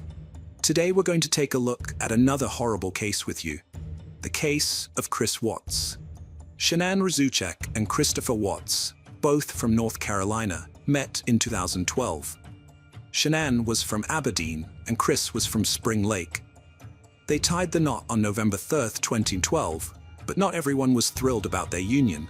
Chris's parents, Cindy and Ronnie Watts, didn't attend the wedding, with Cindy later explaining that she didn't get along with Shanann and didn't like how she treated her son.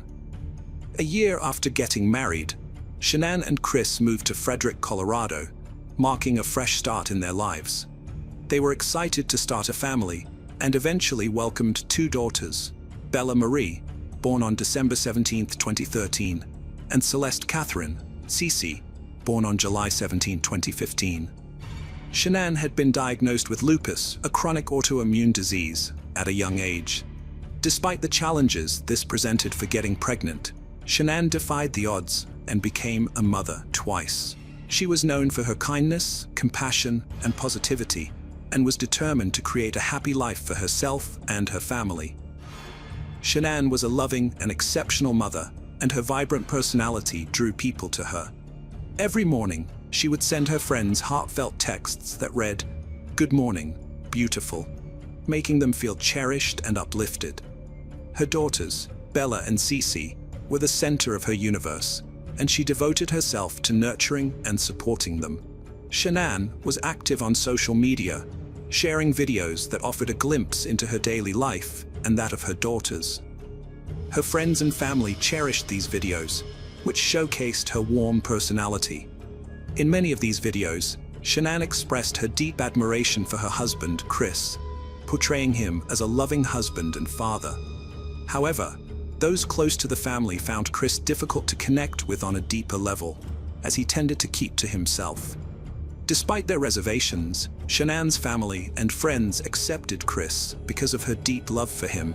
However, the couple was struggling financially, and in June 2015, they filed for bankruptcy due to a heavy mortgage, multiple car payments, loans, medical bills, and significant credit card debt.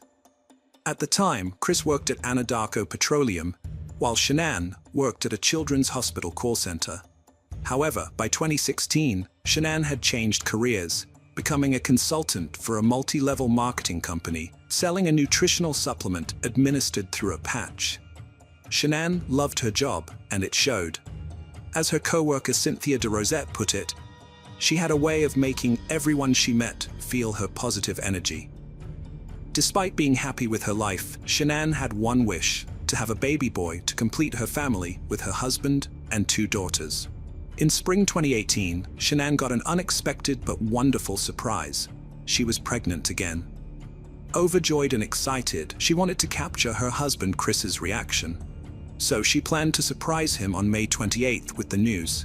Further tests confirmed Shanann was having a baby boy. Shanann and Chris chose the name Nico for their new baby. When they told their daughters, Bella and Cece, they would be big sisters, the girls were happy. In the summer of 2018, when Shanann was pregnant with Nico, she visited her family in North Carolina while Chris stayed behind in Colorado for work. Shanann took her daughters, Bella and Cece, to visit Chris's parents, Cindy and Ronnie, despite having a strained relationship with them. During the visit, Cindy prepared a snack for Cece without considering Shanann's prior warning about Cece's severe nut allergy. As a result, the snack contained peanuts, which put Cece's life in danger.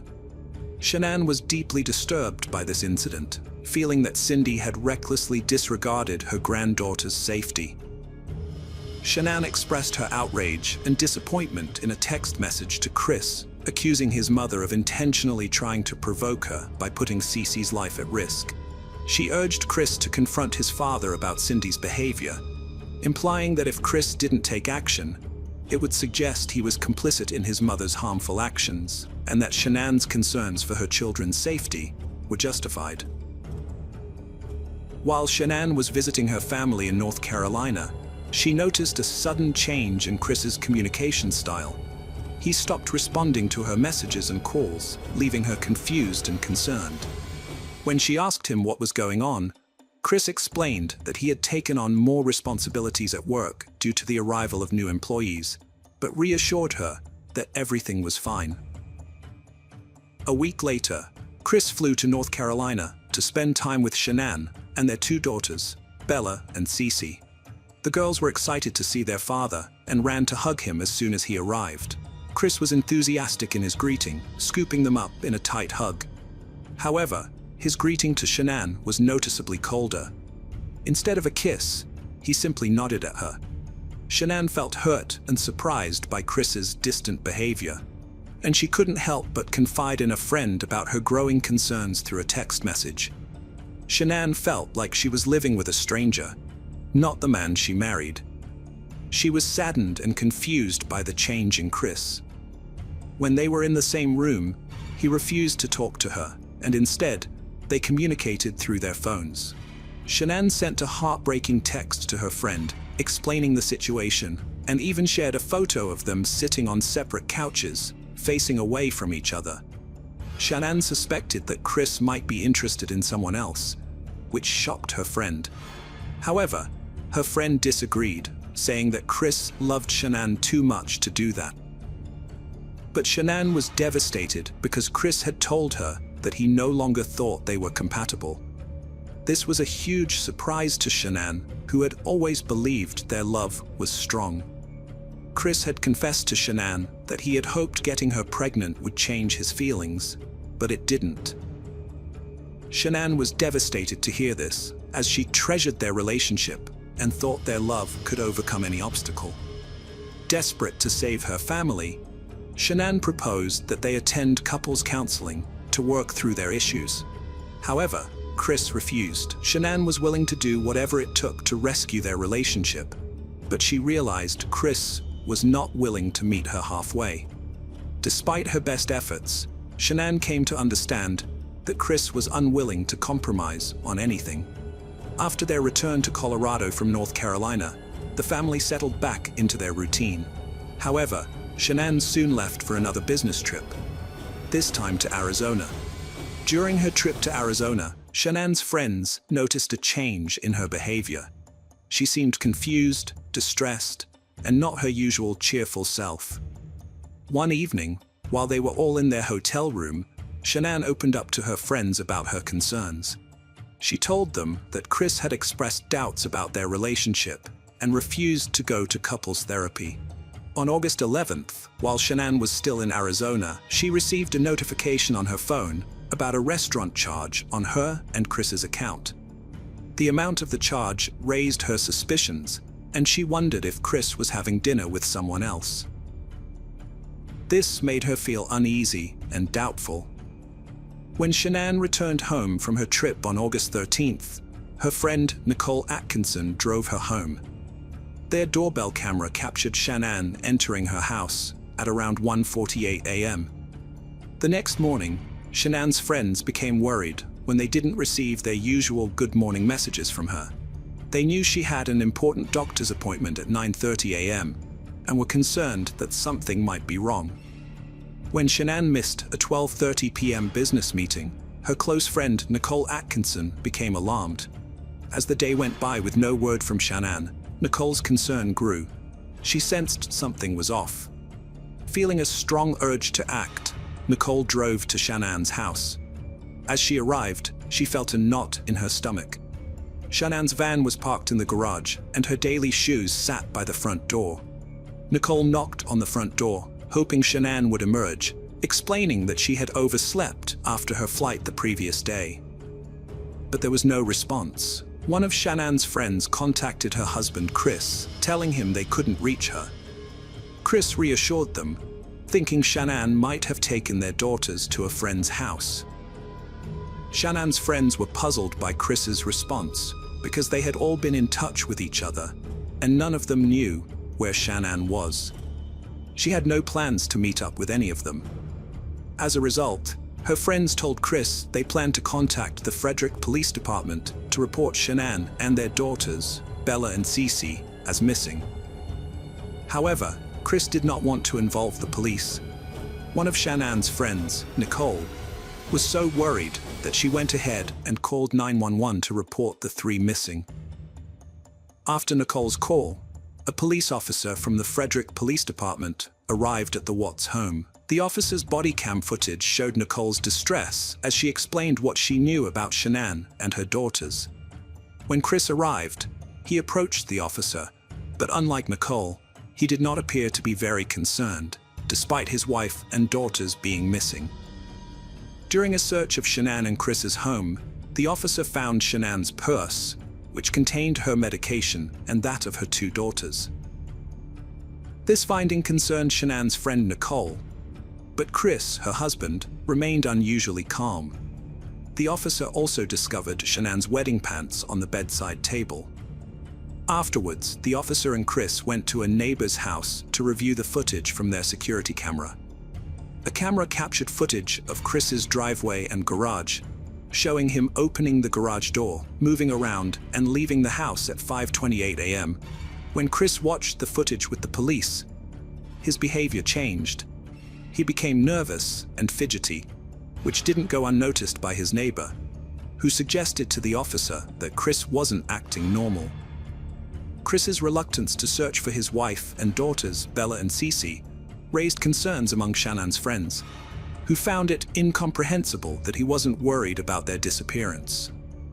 As the investigation unfolded, the police canvassed the neighborhood, asking residents if they had seen Shanann or anything unusual. The FBI and the Colorado Bureau of Investigation joined the search the next day, along with the Boulder Police Department's cadaver dogs, which searched the property and inside the house. During the search, an officer handling a cadaver dog commented that the house smelled of cleaning products and seemed unusually clean. The officer's suspicions were raised by a comment, leading them to inspect the cleanliness of the home more closely. The presence of cleaning products hinted that someone might have tried to hide evidence or erase potential clues.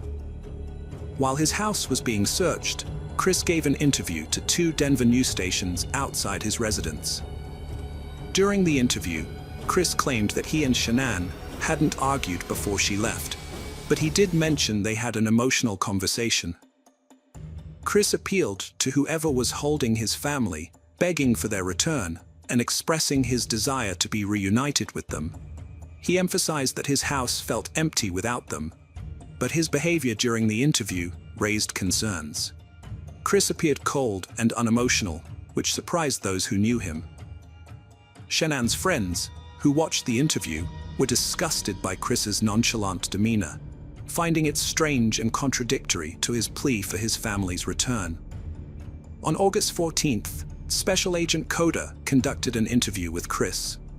During the conversation, Chris suggested that Shannan might have taken the girls to a friend's house to unwind. Meanwhile, the police station received a flood of tips about possible sightings of Shannan and the girls.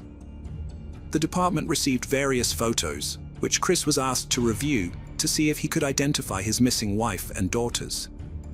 However, he was unable to provide any identifications. Agent Coda also asked Chris about his marriage to Shannan during the interview. Chris claimed that he had never been unfaithful to Shannan, and, to the best of his knowledge, she had never been unfaithful to him either. He explained that they were the type of couple who would confide in each other if they ever felt tempted to stray. One notable aspect of Chris's behavior during the interview caught Agent Coda's attention. Chris frequently made hand movements towards his neck. Agent Coda's intuition was growing stronger, suggesting the movements might be pointing to a more sinister truth. During the interview, Agent Coda stepped out briefly to share his concerns with the other officers, suspecting Chris might have strangled Shannan. As the hours ticked by with no sign of Shannan and her daughters, the loved one's anxiety turned to desperation. Despite their fears for Shannan's safety, they held on to the glimmer of hope that Bella and Cece might still be alive. The lack of updates from the authorities only added to their distress. After a 3-hour interrogation, Chris was released from the police department, but the police instructed him to return the next day, August 15th, for a polygraph test. Here's what happened. Chris agreed to take a polygraph test to help with the investigation into his family's disappearance. On August 15th, Chris picked up his father from the airport and went to the Frederick Police Department, where Tammy Lee from the Colorado Bureau of Investigation administered the test. During the test, Chris denied any involvement in his family's disappearance and claimed not to know where his wife Shannan was. However, the results of the test were not in Chris's favor. This led the detectives to strongly suspect that Chris was responsible for the deaths of his wife and daughters. Tammy Lee, a highly skilled polygrapher, confronted Chris about the test results. Chris admitted that he had caused Shannan emotional pain, but denied physically harming her. He also confessed to having an affair with a co-worker named Nicole Kessinger, which he deeply regretted. Despite his confessions, Chris still denied any involvement in his family's disappearance. At one point, he asked to have his father, Ronnie, present during the interview. The officers were hesitant, worried that this might lead Chris to ask for a lawyer. Chris Watt's father was allowed to accompany him in the interrogation room, a risky move that detectives hoped would prompt Chris to confess. And it worked. Chris admitted to killing Shannan, but claimed he did so because she had harmed their daughters, Bella and Cece. However, this excuse was immediately met with skepticism by Shannan's friends, who knew she would never hurt her children. In fact, Shannan was eagerly awaiting the birth of her third child, a son named Nico. During the interrogation, Chris disclosed the location of Shannan's body, which he had buried in a shallow grave at one of his work sites. He also revealed that he had disposed of his daughters' bodies in oil tanks. Despite this, Chris continued to deny any involvement in their deaths. Even after being arrested and taken into custody, the detectives never believed Shannan was responsible for harming her daughters. In the end, Chris pleaded guilty to avoid the death penalty and was sentenced to life in prison without parole. At the sentencing hearing for Chris, the judge expressed outrage over the brutal crime Chris had committed, calling it the most inhumane and vicious one he had seen in his entire career, of handling thousands of cases.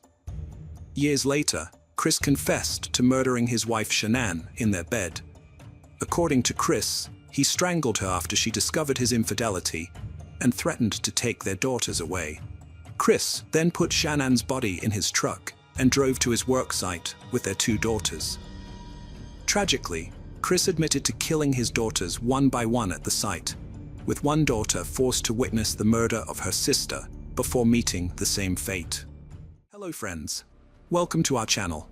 Today we're going to take a look at another horrible case with you, the case of Sierra Jugan. Sierra Jugan was a bright and cheerful young woman who spread joy and laughter wherever she went. Her adventurous nature and ability to find humor in any situation made her a delight to be around, even when she made mistakes. As she entered high school, Sierra's confidence and enthusiasm only grew. She fearlessly tried out new experiences, including volleyball, and showed remarkable poise both on and off the court. After returning from a family vacation on July 19, 2016, Sierra was excited to start the new semester at the University of Toledo, where she had plans to study abroad. She had recently bought a new bike and was eager to take it for a spin. Her mom wanted to discuss her study abroad plans with her, but Sierra decided to visit her boyfriend Josh's house, which was 7.12 miles away beforehand. Sierra left her house in high spirits, wearing shorts and a tank top, and promised her mom she would be back by 10:05 p.m. However, when Josh tried to reach her later, her phone went straight to voicemail. Alarmed, Josh called Sierra's mom, who immediately sensed that something was wrong. Sierra's family, including her aunt and Josh, mounted a search effort to locate her after she went missing. They thoroughly searched the neighborhood, suspecting she might have been involved in an accident. Despite their efforts, they didn't find any clues or signs of Sierra's whereabouts. As time passed, Sierra's family became increasingly worried.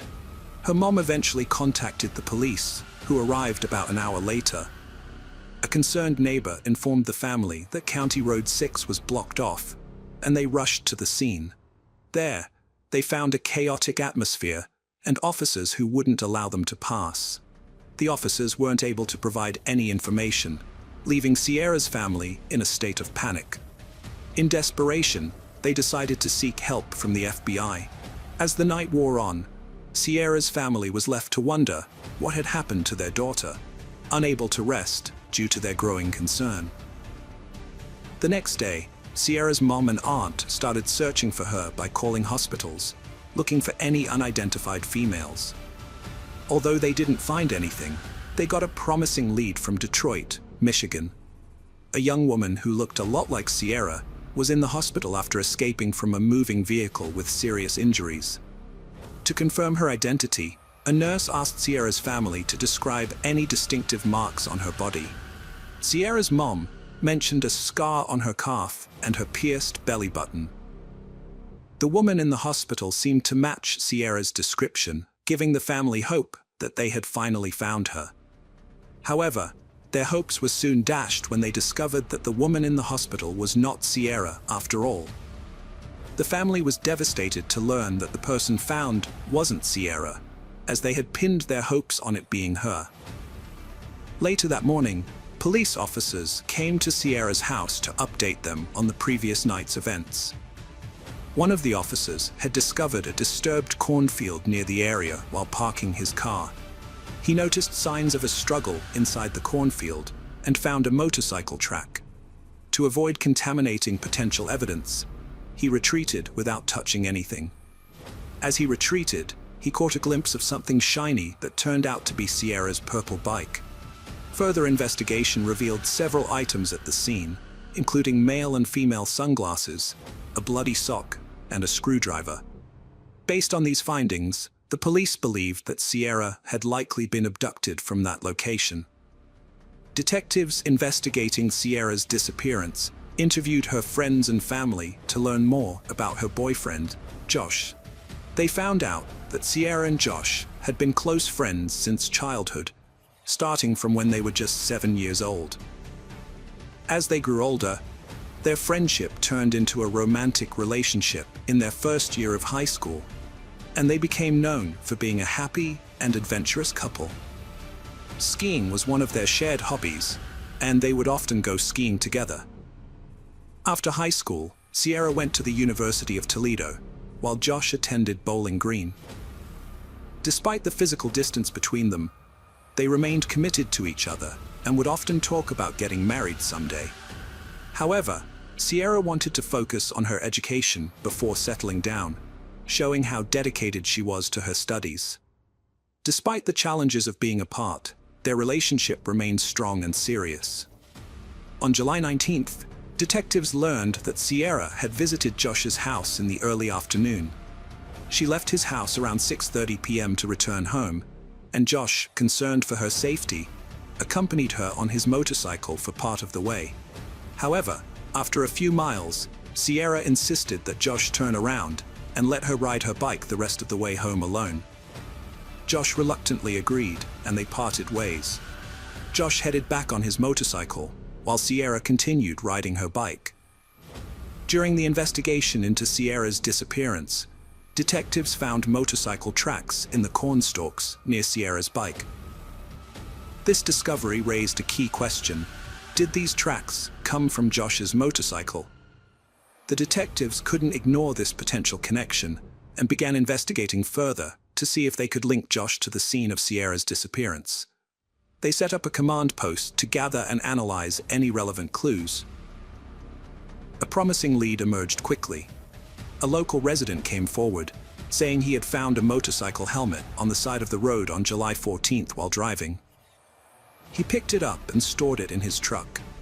After learning about Sierra's disappearance, he examined the helmet more closely and discovered red stains that appeared to be blood. The helmet was found in the same general area where Sierra's bike was discovered in the cornfield. The detectives asked Josh about his motorcycle helmet, and to their relief, he produced it, confirming he had it with him. They also verified his alibi by speaking with his parents, like ruling him out as a suspect. Although visibly shaken, Sierra's family never considered Josh responsible for her disappearance. The detectives were determined to identify the owner of the blood-stained helmet, recognizing the significance of DNA evidence. They sent the helmet to the crime lab for testing, anticipating a potential breakthrough. The detectives waited patiently for the results, hoping it would lead them closer to solving the case. The news of Sierra's disappearance spread quickly throughout the town, prompting the community to come together to search for her. Citizens joined forces, organizing search parties that scoured every possible area, searching for any clue that could lead to her whereabouts. As the townspeople worked tirelessly to bring Sierra home safely, they felt a strong sense of unity. To show their support, the community organized a candlelight vigil at the local high school. The atmosphere was emotional, filled with grief, hope, and determination. Hundreds of people gathered, holding candles and sending their thoughts and prayers for Sierra's safe return. After 2 days of investigation, the police received a tip about a suspicious van seen speeding through the area. They suspected that Sierra might have been taken in the van, possibly falling victim to sex trafficking. The police received a tip about a license plate number linked to a van that was speeding through the area where Sierra went missing. They interviewed the van's owner, who explained that he had sped up because another vehicle had suddenly approached from behind, possibly a family member searching for Sierra. This had startled him, causing him to quickly leave the area, which may have given the impression that he was involved in Sierra's disappearance. After 48 hours of investigation, the police had no leads on Sierra's whereabouts. As each day passed, her family's hopes of finding her alive were dwindling. The police continued their door-to-door search, which eventually led them to a nearby farm that belonged to James Worley. The farm had several structures, including a house, a trailer, and a large barn. The police questioned James Worley about the day Sierra disappeared, hoping to get any information that could help them find her. To the detectives' surprise, James revealed that he had been riding his motorcycle on the day Sierra went missing. However, he claimed that his bike had broken down, causing him to lose some items, including a screwdriver and his helmet. The detectives were stunned, as these were the same items found at the scene of Sierra's abduction. This revelation raised significant suspicions about James. The detectives were determined to investigate further and questioned James about Sierra's disappearance. They noticed scratches on his face, indicating that he had been involved in a struggle. This discovery only increased their suspicions and raised more questions. They wondered if the scratches were the result of a confrontation with Sierra. The detectives decided to investigate James's background, hoping to uncover relevant information. What they discovered sent chills down their spines. James had a dark criminal history, including a previous attempt to abduct a 26-year-old woman named Robin Garder on July 4, 1989. On that day, Robin was getting ready for a neighborhood picnic when she decided to go for a bike ride. As she rode, she became thirsty and contemplated returning home. However, before she could make that decision, a car approached from behind and collided with her bike. The impact sent Robin flying into a nearby ditch. The driver, who later turned out to be James, approached Robin and asked if she was okay. However, he soon revealed sinister intentions, striking her in the back of the head and threatening her life with a screwdriver. He forced her into his car, attempting to handcuff her. Robin resisted fiercely, preventing him from securing the second cuff. Despite being on the verge of losing consciousness, Robin continued to fight. She screamed for help, but her cries were drowned out by the desolate cornfields. Just as she was about to give up, she heard a motorcycle approaching. The rider noticed her distress and stopped to help. Robin escaped by climbing onto the back of the motorcycle, leaving her captor behind. The motorcyclist drove Robin home, where she collapsed. Her mother called the police and an ambulance, and Robin was rushed to the hospital. The motorcyclist then led the police back to the scene, where they found James still present with his car. James cooperated fully, providing identification, but his account of the events differed significantly from the truth. He denied any intention of abducting Robin, but the detectives were not convinced. James Worley claimed that he had to restrain Robin with handcuffs after a bike accident to prevent her from harming herself, not to harm her. He said he was concerned about her well-being and wanted to get her help. However, James had a dark past. In 1989, he was arrested for trying to kidnap Robin and was found guilty, receiving a 6 to 10-year sentence. Due to good behavior, he was released after 3 years. When Robin learned of his release, she was terrified, fearing he might harm her again. The police had reason to suspect James in Sierra's disappearance, given his criminal history. They obtained a search warrant for his residence, which he shared with his mother. Initially, nothing seemed out of the ordinary, but upon inspecting his expansive backyard, they found a suspicious barn. Inside the barn, they discovered a small green crate containing labeled and sealed bags of women's clothing, including a pair of bloody purple panties. The detectives also found a hidden freezer, air mattress with stains, zip ties, duct tape, and handcuffs. James claimed the items were for a porn business, but the evidence suggested otherwise. The police collected all the items for DNA testing, and the evidence led to James's arrest for Sierra's murder. The investigation continued, with the police searching every inch of James's property, including a pond, which they drained to search for evidence. The question on everyone's mind was, where was Sierra's body? The detectives expanded their investigation to the attic's front insulation and neighboring properties, recognizing that evidence might have been dispersed beyond James's property. They thoroughly explored all leads. A farmer reported a suspicious area in his field where the corn seemed matted down, with a nearby mound of dirt that resembled a potential grave. The farmer's concerns were heightened due to the ongoing search for Sierra, so he quickly contacted the police. The police responded promptly, noticing a fresh pile of dirt that fueled their suspicions. They carefully processed the area, avoiding potential evidence disturbance. Despite their thorough search, no clues were found regarding Sierra's whereabouts. The detectives then searched adjacent farms using drones and helicopters to cover more ground. They soon discovered a mound of dirt with freshly matted corn, with trained dogs indicating a potential crime scene. As they dug, they made a grim discovery: human remains, later confirmed to be Sierra's body. Tragically, her hands were bound behind her back, and her feet were tied to handcuffs. An object was lodged in her mouth, restricting her airway, which ultimately led to her death. The devastating news was delivered to the Sierra family that night. The family was overwhelmed with grief, and their sorrow was palpable. 1 month after the abduction and murder, James Worley was indicted on 19 counts, including kidnapping and aggravated murder. 2 years later, Worley stood trial, pleading not guilty despite overwhelming evidence. The state presented a terrifying story over 8 intense days, and the jury deliberated for 6 hours before finding Worley guilty on all counts related to Sierra's murder. The sentence imposed was death. Hello friends, welcome to our channel. Today we're going to take a look at another horrible case with you. The case of Chris Coleman. Chris Coleman, a former Marine, met his wife Sherry, an Air Force member, while serving in the military. Sherry instantly fell in love with Chris and knew he was the one. They got married before their first child, Garrett, was born, as they were devout Christians. After Garrett's birth, they had their second son, Gavin. Gavin was more energetic and mischievous, unlike his laid-back father and brother. Chris and Sherry were devoted parents who cherished their children.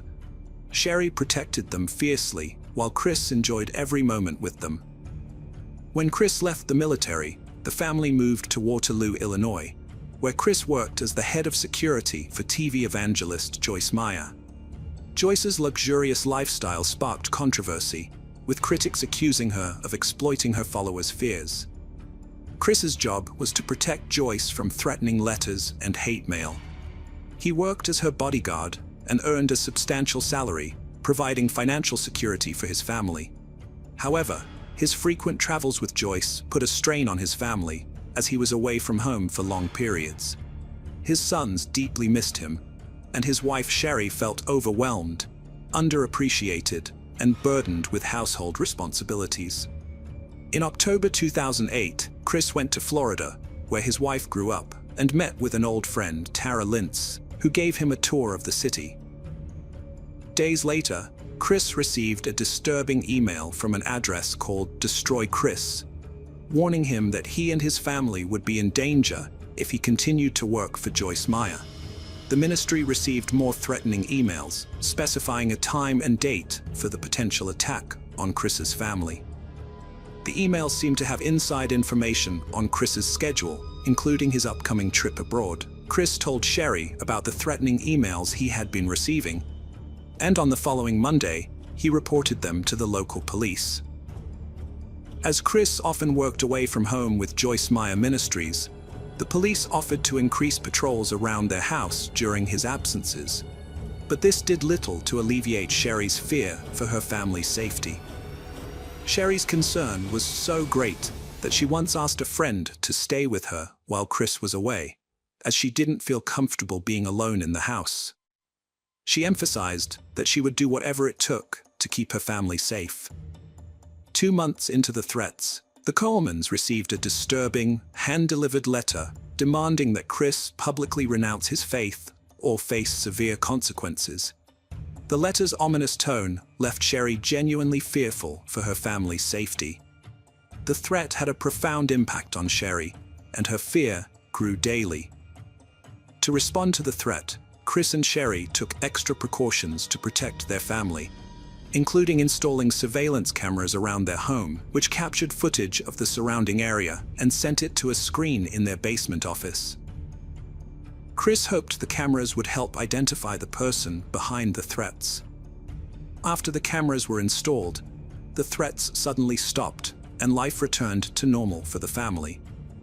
For a few months, everything seemed fine.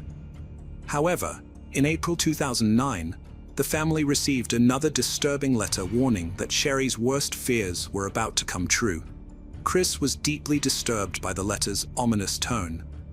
After reviewing the security footage, Chris was shocked to see a mysterious silhouette. Although the figure's identity remained unknown, its presence reignited Chris's concerns for his family's safety. The renewed sense of fear led to increased police efforts to protect the Coleman family. Detective Sergeant Justin Barlow from the Columbia Police Department took a particular interest in the case and offered to help the family. He set up video cameras to monitor the Coleman's driveway, but unfortunately, they did not catch the person behind the threats. On May 5, 2009, Chris went to the gym and then called his home phone to check on Sherry and the boys, making sure they were up and getting ready for school. Chris called for help, but no one responded. Concerned, he phoned his neighbor, Detective Justin Barlow, at 6:45 a.m. Chris told Barlow that he had left for the gym in St. Louis County around 5:30 a.m. and had been trying to reach his wife Sherry, but she wasn't answering her phone. Worried, Chris asked Barlow to check on Sherry and their sons. Barlow grabbed his gear, including his weapon, handcuffs, flashlight, and radio, and headed to the Coleman house. As he waited for backup to arrive, his priority was to make contact with Sherry and ensure everyone's safety. With a mix of hope and unease, Barlow approached the door and knocked firmly, hoping someone would respond. When Detective Justin Barlow arrived at the Coleman home, the eerie silence and darkness made him feel uneasy. The lack of movement and lights inside the house heightened his sense of unease.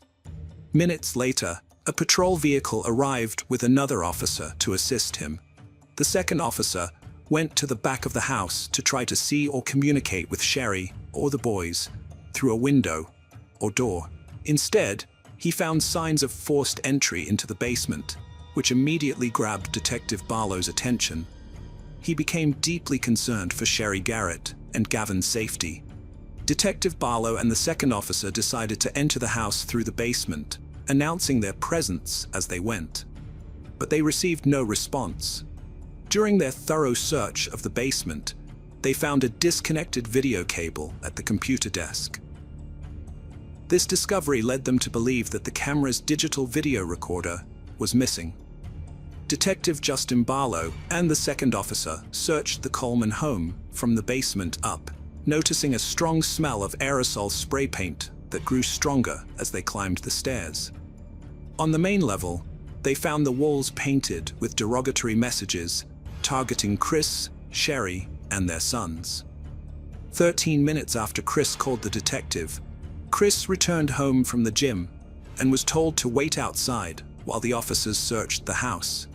He complied, sitting quietly on the porch without asking questions or trying to enter. Meanwhile, a third officer arrived, and the three of them searched the rest of the house for Sherry and the boys. On the upper floors, they found more hate-filled spray-painted messages. When they reached the second story, Detective Barlow entered the bedroom of Garrett, the oldest son, where he appeared to be asleep. However, upon closer inspection, the detective realized that Garrett was dead, with no signs of life and a cold body. Ligature marks around his neck indicated that he had been murdered. Detectives' minds were shocked when they found Garrett's lifeless body.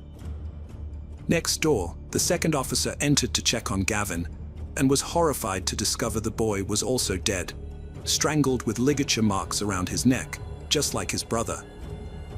The gruesome scene was made even more disturbing by an obscene message spray-painted on the bedsheets. In the master bedroom, the third officer found Sherry's lifeless body on the bed, her hair covering her face. It was clear she had been murdered. As the officer examined the room, he noticed Sherry's body had several bruises, indicating she had fought back and tried to defend herself and her sons. After discovering the bodies of Sherry, Garrett, and Gavin, detectives, including Justin Barlow, heard Chris enter the house, having waited outside for news about his family. Detective Barlow took Chris outside to give him some privacy to process the news.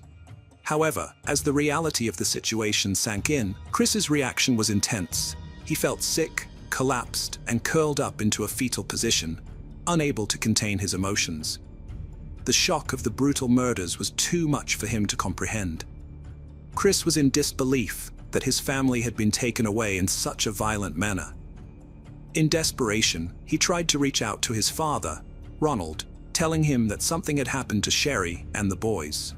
Ronald immediately realized that Chris was in shock upon receiving the news. Ronald was stunned by the tragedy that had befallen his family. The shocking news of the murders of Sherry, Garrett, and Gavin spread quickly throughout the community of Waterloo, Illinois, where the Coleman family lived. As the neighbors learned of the tragedy, they were left devastated and terrified. Chris expressed remorse for leaving his family alone to go to the gym, but when asked if he had any idea who might have committed the crime, he claimed to have no clue. Nevertheless, Detective Barlow noticed several suspicious behaviors during the interview. One red flag was Chris's lack of curiosity about the details of his family's murder, which seemed unusual given the gravity of the situation. The detective noticed Chris trying to hide scratches on his arms during the interview, even using a blanket to conceal them despite the warm temperature. The scratches were suspicious because they suggested Chris had been in a physical struggle, similar to Sherry's fight with her killer. When asked about the scratches, Chris claimed they came from installing a satellite dish the day before. He denied having an affair during the police interview, but did admit to a close friendship with Tara, a cocktail waitress and high school friend of his wife's who lived in Florida. Chris said his conversations with Tara were innocent, but wouldn't have been approved by his wife. He insisted he would never consider leaving his family for Tara. However, when detectives contacted Tara, her story contradicted Chris's. She revealed that they had been having an affair since November 2008. Tara provided evidence from her phone and laptop, including emails, explicit pictures, and videos that exposed the true nature of their relationship. When detectives confronted Chris with the information Tara had provided, he admitted to seeing her more frequently than he initially told them. Further investigation revealed that Chris and Tara had a secret arrangement to meet at locations where Chris worked for Joyce Meyer.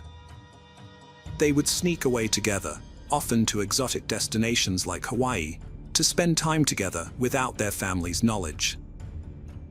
Although Chris claimed that his relationship with Tara was not an affair, detectives found evidence on Tara's phone and computer that suggested otherwise. Tara had marked a wedding to Chris on her calendar, as well as planned vacations with him, indicating that she believed Chris intended to leave his family for her. The detectives were suspicious of Chris because the evidence contradicted his claim that his relationship with Tara was casual. Chris's father, Ronald, was shocked to learn about the affair, but he firmly believed that it was unrelated to the murders of Chris's wife and son. According to Ronald, Chris was a gentle person who was not capable of such brutal crimes. Ronald described Chris as a quiet individual who showed no signs of violence. However, the detectives thought that Chris's affair with Tara was a strong motive for the murders. Despite this, their initial investigation did not find enough evidence to charge Chris with the crime. After being questioned for 6 hours, Chris was released without being charged. Tara became a person of interest in the investigation, but she was eventually cleared as a suspect when it was discovered that she was in Florida on the morning of May 5, 2009, when the murders occurred. The Coleman family murders led to one of the largest murder investigations in Illinois history. A special team of 25 detectives was formed to catch the person who killed the Coleman family. They worked extremely long hours, often 20 hours a day, for 15 days straight, calling in experts to help with the case. One of their main goals was to find out who sent the hateful emails to Chris Coleman. They carefully looked at every threatening email sent to Joyce Meyer Ministries over the past year, which led them to investigate leads all over the country. The team tracked down and talked to every person who sent threatening emails, but none of them seemed to be responsible for the murder. A team of computer experts was then brought in to help investigate the crime. The detectives hoped they could find some digital evidence related to the murder. The computer experts started by looking at the email account Diaris. They found that the email address was created on November 14, 2008, just a few days before the first threatening email was sent. One surprising thing they discovered was that the death threats sent to Chris Coleman's family came from Chris's own computer IP address. The detectives thoroughly examined the spray-painted messages at the crime scene and compared them to Christopher Coleman's handwriting to gather evidence. They took photos of the messages and collected handwriting samples from Coleman, which were then sent to a specialist for analysis. The experts' comparison of the two samples revealed a match, indicating that Christopher Coleman had written the messages on his home's walls on the day of the murders. Further analysis identified the specific brand and color of spray paint used, Rust-Oleum Candy Apple Red. After learning that Chris Coleman had bought something from a hardware store just days before his family's murder, a detective contacted the store's manager. The manager confirmed the purchase and revealed that Chris had bought Rust-Oleum Candy Apple Red spray paint, the same type found at the crime scene. This discovery was crucial because it established a link between Chris and the murder. The timeline of the murder was also important. Chris initially claimed to have left his house around 5:45 a.m.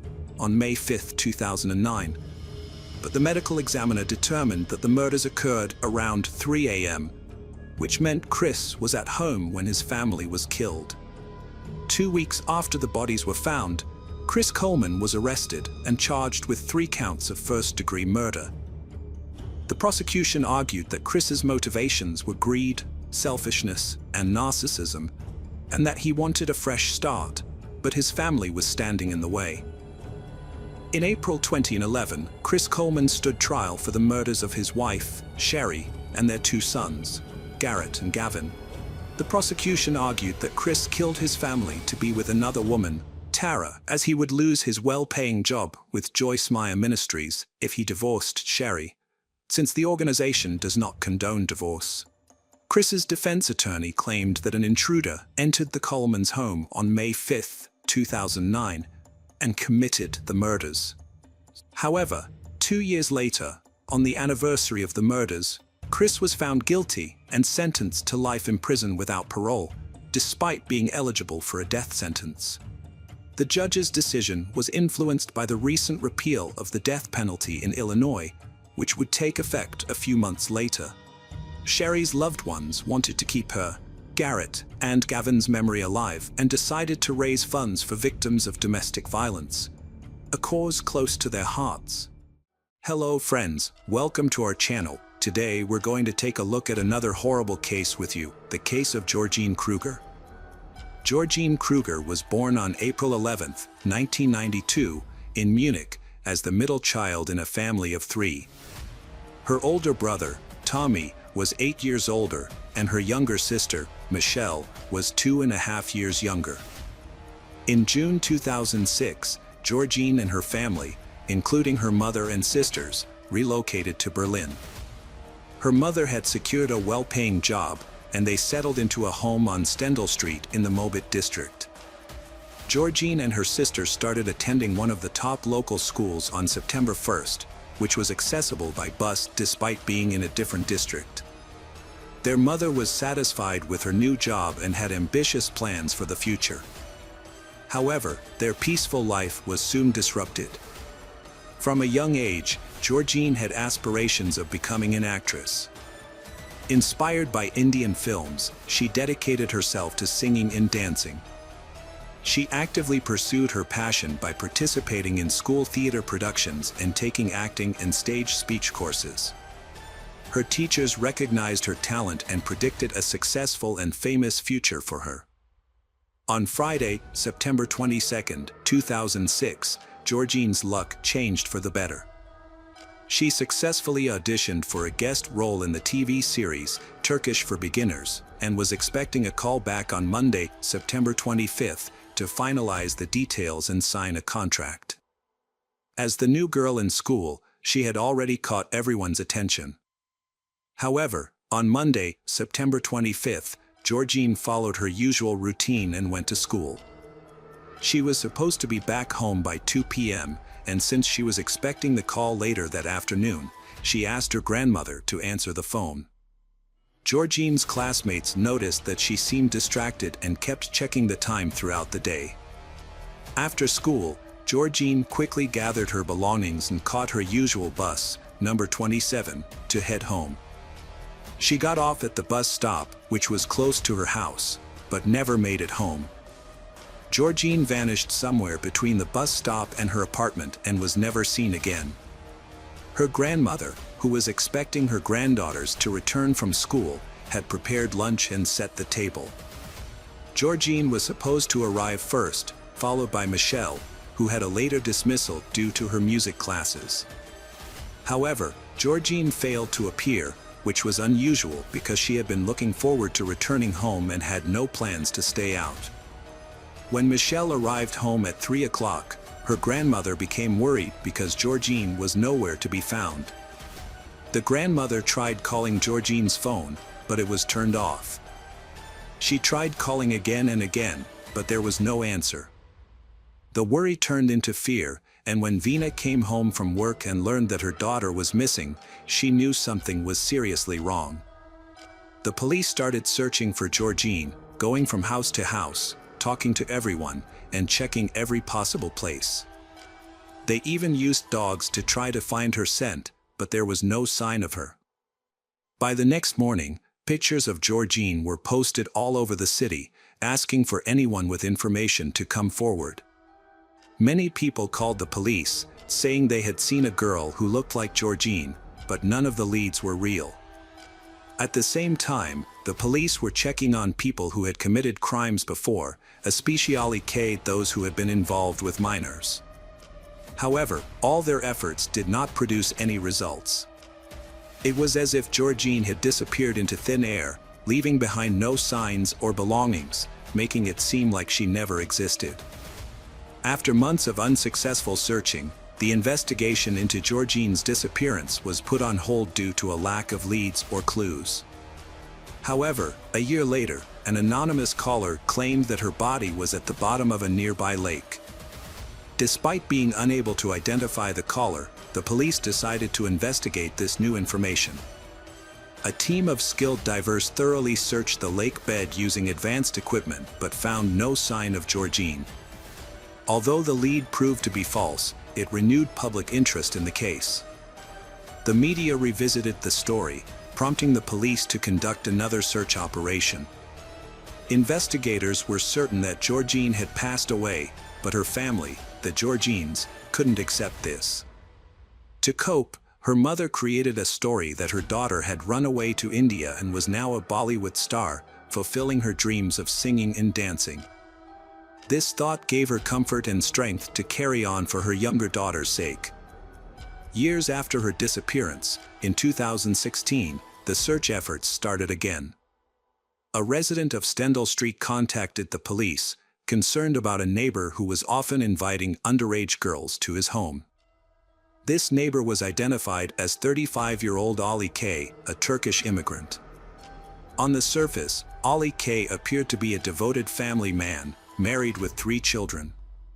However, a closer look revealed a disturbing truth. The police were shocked to discover that Ali K. had been investigated 4 years earlier for luring a local schoolgirl with promises of selling her a trendy smartphone at a low price. He took the teenager to the storage room in the basement of his apartment building where he physically assaulted her by hitting her on the head and then forced her into an intimate. Following the assault, he attempted to silence her by making her promise not to reveal the incident to anyone. He handed her a paper napkin to wipe away her tears and helped her clean up before releasing her. Although she agreed to remain silent in order to escape, she immediately informed her parents about the incident once she was free. Together, they reported the violent actions to the police. The schoolgirl described the storage room in the basement, saying it looked like a space created by someone with a disturbed mind. Ali K. was arrested the same day but strongly denied his guilt.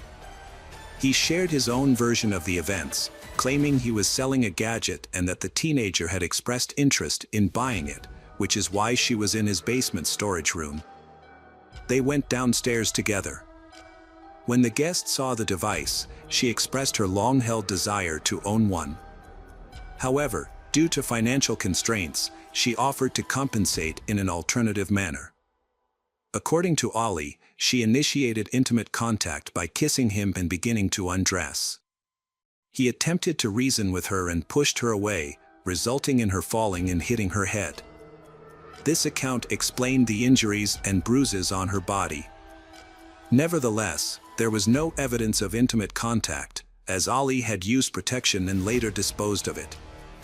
Ollie's wife, Melik, supported her husband's account and accused the guest of behaving inappropriately and attempting to seduce him. Consequently, Ollie received a suspended sentence for causing moderate bodily harm. As the police reopened the investigation into Georgine's disappearance, they decided to re-examine Ollie thoroughly. Ollie K. did not have a stable job and relied on odd jobs and benefits to get by. He had a fondness for gambling, which often led to debt. He frequently visited the Turkish coffee shop on the ground floor of his building, where he socialized with various people who would buy him food and drinks. Ollie K. took great care to maintain a youthful appearance, often spending excessively on fashionable clothes, including using his children's benefits. However, his most disturbing trait was his attraction to young girls. He would frequently try to meet and interact with them, asking inappropriate questions and offering illicit favors, such as buying them alcohol or cigarettes. Despite his suspicious behavior, the police couldn't link him to the disappearance of Georgine. The case had gone cold, but with the emergence of new evidence, it was reopened, and Ollie K. became a prime suspect. When questioned, he denied any involvement in Georgine's disappearance. A search of Georgine's storage room in the basement revealed no signs of Georgine. However, detectives noted that the space seemed more suited for meetings than storage. It was discovered that Ollie K. had been previously questioned and his basement inspected, but the storage room had been overlooked. At the time, there was no reason to suspect him, and the door was always locked, making it inaccessible to anyone but the Ollie K. Ollie had been actively involved in the search operation and was one of the most dedicated members. Although the police didn't have any concrete evidence to charge Ollie, they decided to keep him under surveillance to gather more information. They organized unofficial monitoring and intercepted all his phone calls, which soon yielded initial results. Detectives discovered that K had significant debts, unknown to his wife, totaling around 10,000 euros, which he had accumulated through poker losses. The investigation shifted its focus to this aspect, and undercover agents were introduced to K's close circle. Their goal was to gain his trust, extract necessary information, and obtain a recorded confession. However, they had to proceed slowly and carefully to avoid arousing K's suspicion. To achieve this, a special agent codenamed Hakan was prepared and sent in. He posed as a successful businessman who had recently moved to the Mobit area to open a car service station. Hakan visited the cafe in Ali's building a few times, where he loudly discussed business plans with a partner. As they left, the partner mentioned that they needed to find a manager soon, emphasizing that it was a well-paying position and they needed to choose the right person. After the second man departed, Hakan remained to finish his coffee. It was then that Ollie K. appeared and took a seat at Hakan's table. Hakan seized the opportunity to offer himself for the manager position, initiating a conversation with Ollie K. The discussion quickly transitioned into a casual chat, during which the businessman observed that Ollie K. seemed well suited for the role. As the conversation progressed, Hakan mentioned the salary associated with the position. Upon hearing the figure, Ollie's eyes lit up as he began envisioning the possibilities, paying off his debts and acquiring the sports car he had long desired. The men started talking regularly after exchanging phone numbers, and their conversations quickly turned into a friendship. Hakan even took Ollie on business trips to other cities to build trust and get closer to him. However, this friendship had an unexpected outcome. The suspect tried to present himself in the best possible attribute to his employer, bragging about even his smallest accomplishments and keeping quiet about any wrongdoing. Months later, with the case stalled, the investigation introduced a new agent, Susan, who posed as Hawkins' girlfriend. Her goal was to befriend Ali's wife, Malik, and uncover any secrets he might be hiding. It didn't take long for Susan and Malik to get acquainted, and soon all four were socializing together as families. Malik was a sociable person, but she had a very positive view of her husband. For years, she had ignored his infidelities, dismissed accusations of violence from a schoolgirl, and genuinely believed her husband was a good person who was just unlucky in his career. However, things were about to take a turn. Susan realized that Malik wasn't just covering up for Ali. Malik truly believed he was incapable of harming anyone. The agents devised a plan to trick the suspect, Ali K., by spreading a false rumor about a breakthrough in the Georgine case. They left a newspaper with the article in Ali's car, which they had previously installed with cameras and recording devices. When Ali's wife, Malik, found the newspaper, she briefly showed surprise that the case was still being investigated but quickly lost interest. It became clear that Malik was unaware of her husband's involvement in the crime. Despite the agents' efforts, their 6-month-long investigation yielded no confessions. Ali K. presented himself as honest and trustworthy, while Malik remained oblivious to her husband's wrongdoing. The agents had gained the trust of the Ali family to the point of being asked to look after their children, but their cover was becoming increasingly expensive to maintain. The agents had to lease a space for a fake auto repair shop and create a sham employment contract to avoid raising Ali's suspicions. In a last-ditch effort, they introduced a new agent, Kaur, who would play the role of a villain. According to the backstory, Kaur was Hawkins' cousin with a criminal record, involved in illicit businesses. It was hoped that Ali would form a bond with someone who shared similar interests and confide in them about his wrongdoings. Ali quickly befriended Kaur, and they spent time together, going to various nightclubs and indulging in reckless behavior. Kaur openly admitted that he earned his money through shady means and wanted to spend it lavishly, with Ali eager to join in. At the same time, Kaur frequently complained about his girlfriend, claiming he couldn't break up with her because she was blackmailing him and threatening to expose his illicit business activities to the authorities. According to Kaur, his girlfriend constantly demanded money, and her expectations were becoming increasingly excessive. One day, while drinking with Ali, Kaur announced that he wanted to get rid of his girlfriend, who was blackmailing him, and was willing to pay 100,000 euros to anyone who would take care of the problem. Ali's interest was piqued, and he offered to handle the task himself. Kaur agreed, but suggested they discuss the details in a private setting when they were sober. In November 2017, the two men sat in a car and discussed their plan to eliminate Kaur's troublesome girlfriend. At one point, Kaur expressed doubts about Ali's ability to murder a life. In response, Ali revealed a shocking secret that he claimed no one else knew. Ali K. confessed to taking the life of a young girl over 11 years ago. In 2006, a girl had moved onto his street, and he became infatuated with her. He would often greet her on her way to and from school, complimenting her despite her young age. He described her as attractive and admitted to having strong desires for her. On a warm September day, Ali K. saw an opportunity to act on his desires. He asked a neighbor girl to help him move items from his storage area, and she agreed, unaware of the danger. Once they were in the basement, he locked the door and attempted to kiss the girl, who resisted and screamed. He then struck her on the head, knocking her unconscious, and took advantage of her. Fearing she might report him to the police, Ali K. decided to silence her permanently. He grabbed her throat and squeezed as hard as he could, feeling her pulse fade away. He described the process in detail, including the sound of her neck cracking. The girl's body remained in the basement for several days, and Ollie K knew that if anyone had searched the area, they would have found him. However, no one suspected anything, and once the initial commotion died down, he wrapped the body in an old rug and disposed of it in a garbage bin that was taken to a landfill. Ollie's confessions were recorded by a camera in Kaur's car, and he was arrested that same evening. Unfortunately, her remains were never found because the landfill where her body was taken regularly burned its waste. The trial took 2.5 years to conclude. Ollie K maintained his innocence, claiming he fabricated the story to gain Kaur's trust.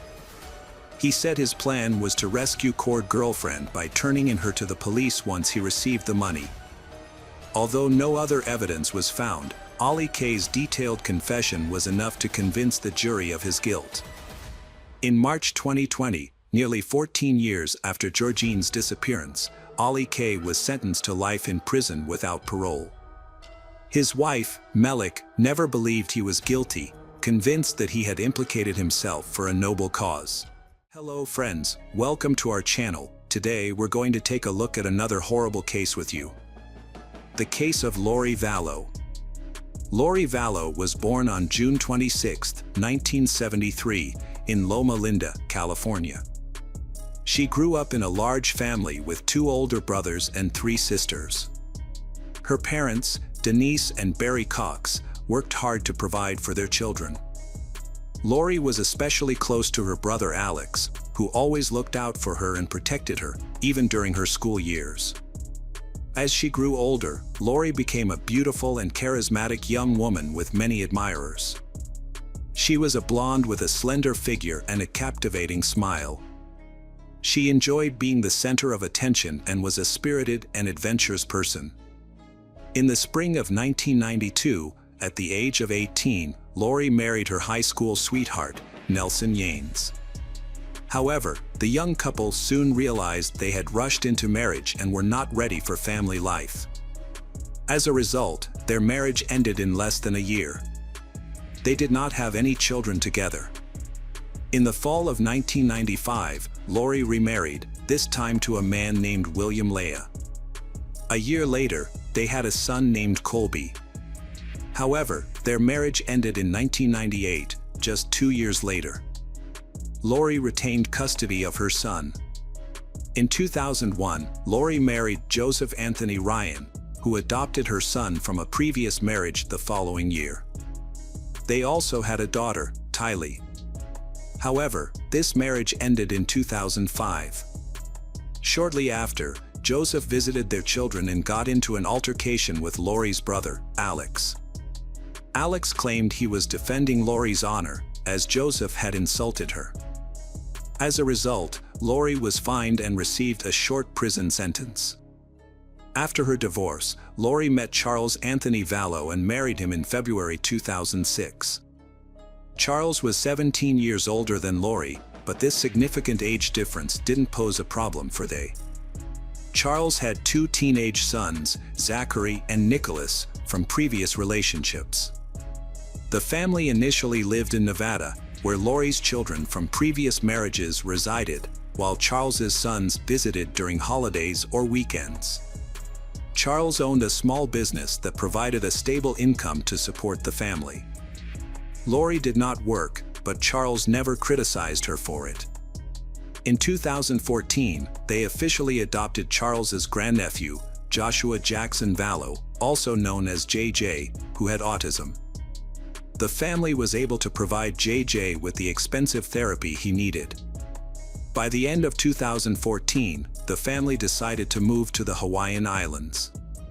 By this time, Colby and Charles's older children were living on their own, so the Vallow family moved to the island with just the 4 of them, Lori, Charles, Tylee, and JJ. They settled in a popular tourist area and decided to open a beach bar, specializing in fresh juices, smoothies, and non-alcoholic cocktails. Despite their efforts and Charles's experience in trade, the business struggled to compete and ultimately failed. Around this time, Lori developed an interest in spiritual literature and became particularly drawn to a series of books called Standing in Holy Places by Chad Daybell. She was deeply captivated by his views and ideas, becoming almost obsessed with his writings, and began reading his books daily. In 2016, Lori Vallow and her family were forced to leave Hawaii and relocate to the mainland, eventually settling in Arizona. While her husband Charles worked hard to provide for the family, Lori became increasingly obsessed with her faith, drifting away from reality. 2 years later, in October 2018, Lori and her friend Melanie attended a seminar called Preparing People for the Second Coming of Christ in a nearby town, led by Chad Daybell.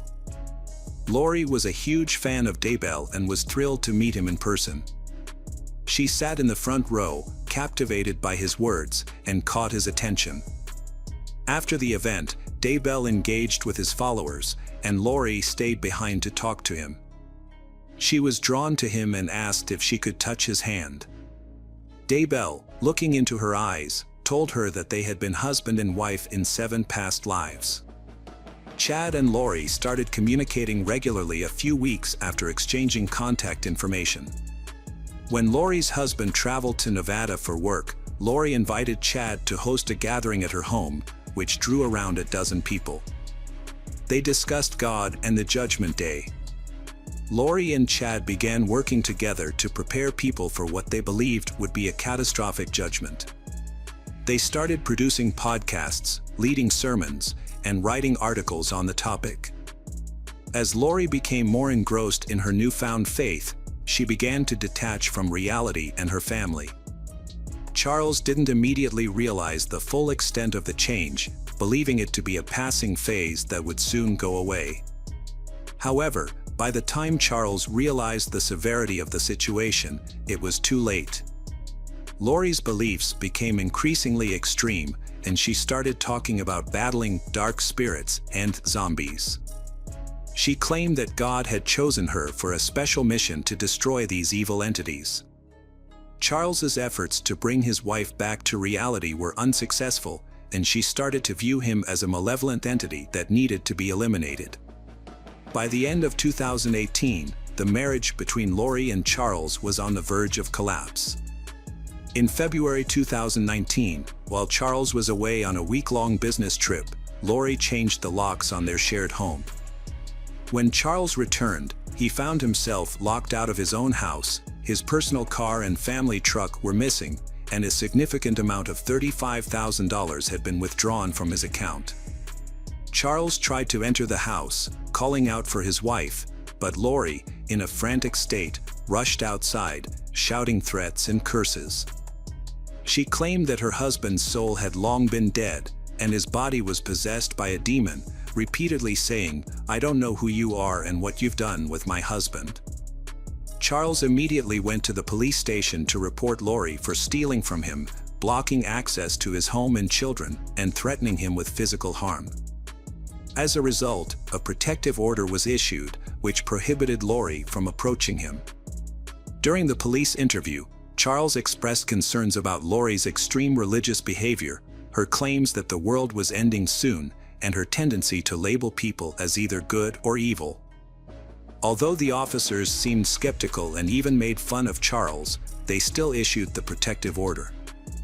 The next day, Charles filed for divorce and changed the beneficiary of his $1 million life insurance policy from Lori to his mother and sister.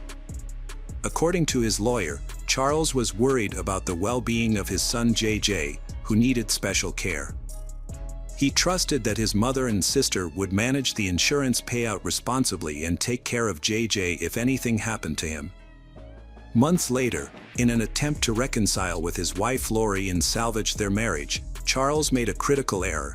He dropped the restraining order that had been protecting him. As a result, Charles began visiting Lori at her home, driven by a desire to reconnect with his children and revive his relationship. Tragically, on July 11, 2019, Charles's bid at reconciliation ended in disaster. When he arrived at the house, he was shot twice in the chest and killed. Lori's brother, Alex, admitted to the shooting and called 911. He claimed he acted in self-defense, alleging that Charles had attacked him first with a baseball bat. According to Alex, he responded by firing his pistol twice without taking aim. Witnesses to the shooting included the homeowner and the children. Although their testimonies were slightly inconsistent, the court ultimately ruled Charles's death an unintentional killing in self-defense. It's worth noting that Alex sustained only minor injuries. On the same day Charles's body was taken to the morgue, Lori hosted a party at their house, complete with music, numerous guests, and a poolside disco in the exact spot where her husband had been shot, with visible bloodstains still present. Strangely, she made no arrangements for his funeral and didn't inform anyone about his death. It wasn't until a week later, when Charles's unclaimed body remained in the morgue, that his sons, mother, sister, and other relatives learned of his passing. Lori's life took a dramatic turn after her husband's death. She sold their home in Arizona and moved to Rexburg, Idaho, with her children. They settled in the same housing complex as her brother Alex Cox and his wife, Tammy. Lori enrolled her son in a special needs school, but her 16-year-old daughter, Tylee, did not attend any school. As a result, many neighbors were unaware that Lori even had a second child, as Tylee was rarely seen outside. Around the same time, Lori made a disturbing comment about her daughter, referring to her as a dark entity in a phone conversation with a friend. On September 8, 2019, Lori, her children, and her brother Alex went on a trip to Yellowstone Park, where they met up with Chad. Several photos from the trip show Tylee, but after that day, she was never seen again. 2 weeks later, on September 24, 2019, Lori withdrew her son's documents from the special needs school, claiming she would homeschool him. Chad's 49-year-old wife, Tammy, died suddenly on October 19, less than a month after her husband's affair with Lori began. According to Chad, Tammy had been suffering from a cold and cough, and it was presumed that she died from respiratory failure in her sleep. There were no signs of violence on her body, and her death was ruled natural. However, Chad refused to allow an autopsy to determine the cause of death, a decision that raised no suspicions at the time. Following Tammy's passing, Chad received approximately $500,000 in insurance payouts. 2 weeks after Tammy's death, Chad and Lori traveled to the Hawaiian Islands, where they got married in a beachside ceremony. This news came as a shock to Chad's children, who were still grieving the loss of their mother and struggled to understand their father's actions. After returning to Arizona, they lived together and misled others by claiming that Lori's children were staying with relatives or that she didn't have any children at all. They also rented a storage unit and moved the children's belongings there, essentially erasing them from their home. On December 12, 2019, approximately 1 month later, Alex unexpectedly died at his home, appearing to have suffered a heart attack. At his family's request, no autopsy was performed, and his death was attributed to natural causes. As time went on, more and more people began inquiring about the whereabouts of Lori's children. She skillfully deceived her neighbors and acquaintances with lies, but it was more challenging to convince her relatives. Colby, Lori's eldest son, who had lost touch with his mother after moving away, made an effort to reconnect with his younger sister. However, Lori initially pretended to be her daughter, Tylee, when Colby contacted her. He soon became suspicious that something was amiss. Meanwhile, Charles Vallo's relatives were concerned about the welfare of his grandchild, JJ, and repeatedly requested to visit or contact him. Lori consistently denied or made up excuses to prevent them from seeing the boy. The situation escalated when JJ's grandmother reported his disappearance to the police. Colby also approached the authorities to help locate his younger sister. When police officers visited Lori's home to speak with the children, she lied about their whereabouts, claiming they were visiting relatives. After this information proved false, the police gave Lori an ultimatum. She had a week to appear at the police station with the children. Instead, she and her husband fled to Hawaii. On February 20, 2020, Lori was arrested on the island of Kauai and taken back to Arizona. A search of Lori and Chad's home was conducted, but no signs of the missing children, Tylee and JJ, were found. Initially, Chad had defended Lori, claiming she didn't have any children, but now he was also under suspicion. It wasn't until June 9th that police discovered human remains buried in their backyard. Forensic analysis confirmed that the bodies were those of Ty and JJ. Further investigation led to the exhumation of the bodies of Tammy Daybell and Alex Cox to determine the true causes of their deaths. Toxicology reports revealed the presence of chemicals that could induce heart failure, suggesting that their deaths were not natural. Lori and Chad's trial began in January 2021. They faced charges of conspiracy, first-degree criminal acts, grand theft, deceit, and insurance fraud. Additionally, the circumstances surrounding Charles Vallow's death were reclassified from self-defense to premeditated murder. In court, witnesses testified that Lori referred to her children as dark entities and claimed she wanted to save their souls. There were allegations that the deaths of Tylee and JJ may have been ritualistic in nature. Notably, Tylee's body was partially burned, and Chad had previously sent Lori an email categorizing people, including Tylee, as having dark spirits. Lori and her husband, Chad, were both facing the possibility of capital punishment due to the severity of the charges against them. However, in May 2021, Lori's defense team successfully argued that she was incompetent to stand trial, bringing the proceedings to a halt.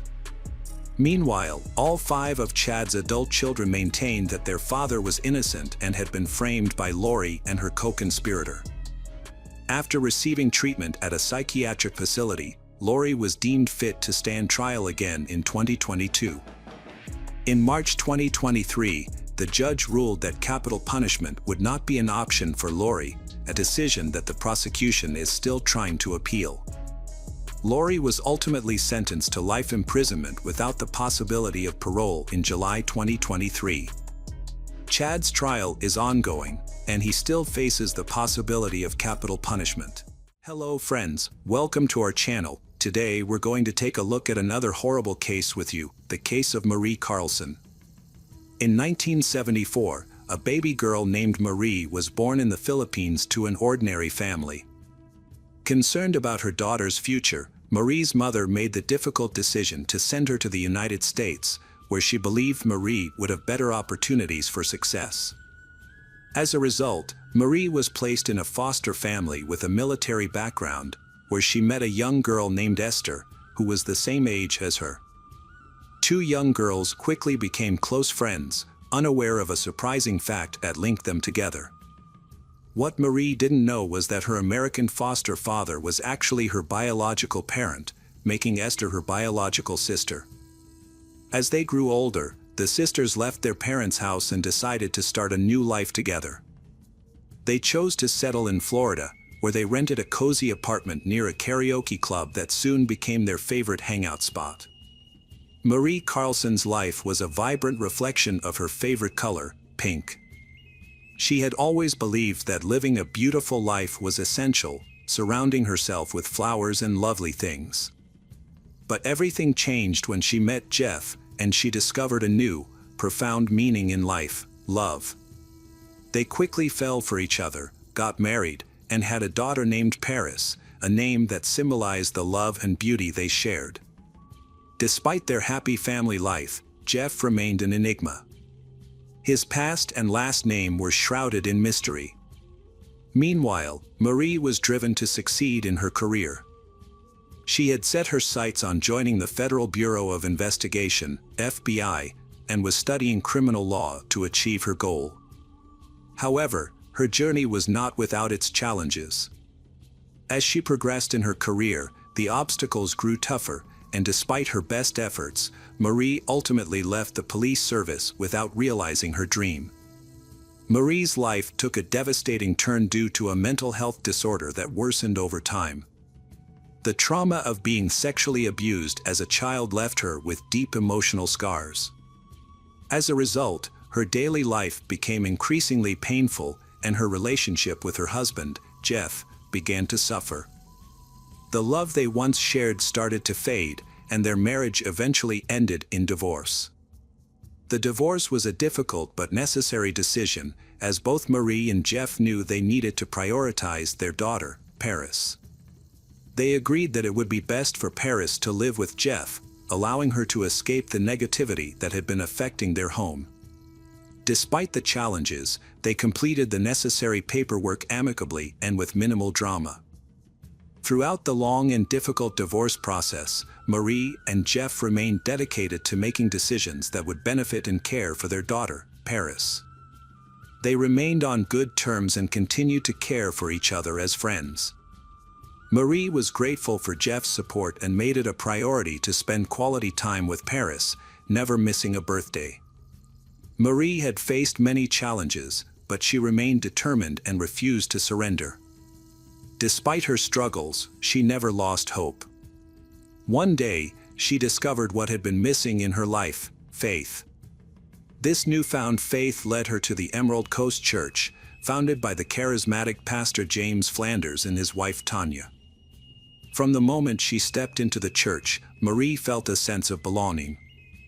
The warm and welcoming atmosphere, combined with Pastor James Flanders' sincere and heartfelt sermons, made her feel at home. Marie began the process of recovering and healing from her past experiences, working to make amends and move forward. The Flanders, known for their kindness and generosity, had created a sanctuary where people could find help and support. For Marie, the church became more than just a place of worship. It was a loving community that accepted her with open arms. As she surrounded herself with the church's loving atmosphere, Marie began to heal and grow. With each passing day, Marie felt a sense of freedom and joy that she had never known before. She was no longer the lost and broken person she once was. Instead, she was a strong and vibrant individual, filled with hope and happiness. As she looked out at the sunny Florida landscape, Marie's eyes shone with a newfound radiance, reflecting the beauty and joy that had blossomed in her soul. The church was more than just a building. It was a community of people who genuinely cared for one another. For Marie, this small community became a second family, filled with love, light, and faith. From the outside, the church appeared ordinary, but inside, it felt like a warm and welcoming home. The people gathered there were united by their shared faith, and time seemed to stand still as they came together. Marie, however, was hiding a secret. She was pregnant, and the weight of this secret was crushing her. She felt ashamed and fearful, and only a few close people knew the truth. In June 2021, at the age of 37, Marie gave birth to her second daughter, Grace. As the news spread through the quiet town, people began to wonder who the father of the child was. The truth was painful. The father was a man Marie had been dating briefly, but he had turned out to be abusive and hurtful. When Marie became pregnant, he disappeared without a word. Left alone and broken, Marie found solace in the church. The Flanders family and the local community showed Marie and her newborn daughter overwhelming kindness and acceptance. They provided a safe and nurturing environment, filling a vital need in Marie's life by becoming like a substitute family. Through their selfless support, Marie was able to find the courage, optimism, and start the healing process from the trauma of her past. Marie had been feeling trapped in her life, and just 3 months after giving birth to her daughter, she made a shocking decision that left everyone stunned.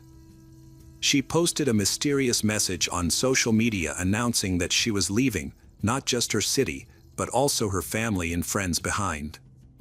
Marie had been secretly planning her escape, careful not to reveal her intentions to anyone, fearing they would try to talk her out of it.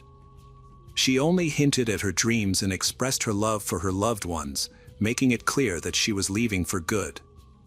Her departure left many questions unanswered. Where was she going? What path would she take? And would she achieve her dreams? Marie's loved ones were devastated, worried sick about her safety and unsure of what to do next. The uncertainty surrounding her disappearance only added to their anxiety. Jeff, Marie's ex-husband, was particularly frantic and decided to contact the police to help find her. As the days passed, the worry and fear for Marie's fate only intensified. Marie's sudden disappearance from Fort Walton Beach had barely stopped making headlines when a disturbing revelation emerged. She had left behind her 3-month-old daughter.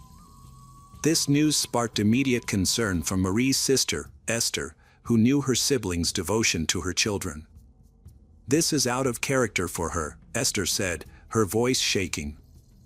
"She's always been extremely protective of her kids." Those who knew Marie were shocked by her disappearance.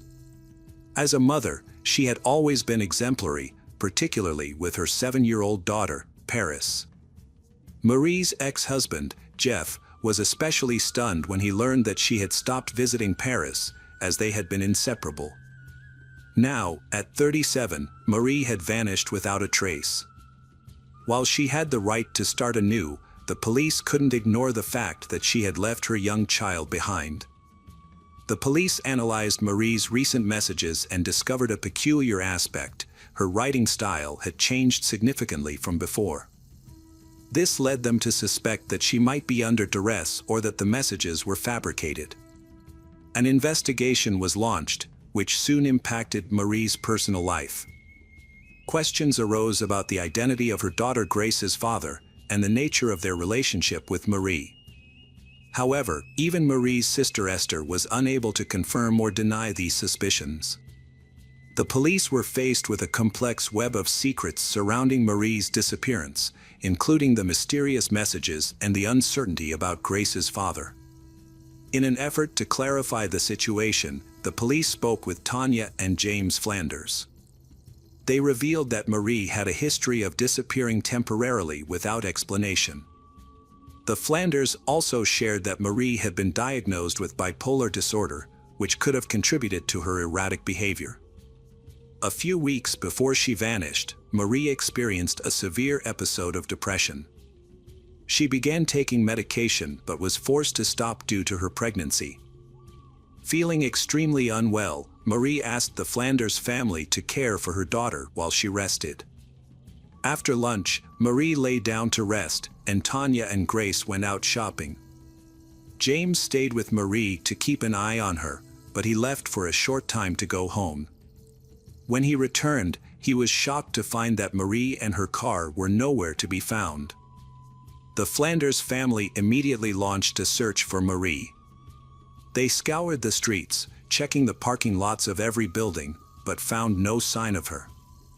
Then, James had an idea to check the airport, and to their astonishment, they found Marie's car parked there. Using the spare keys, James drove the car back home.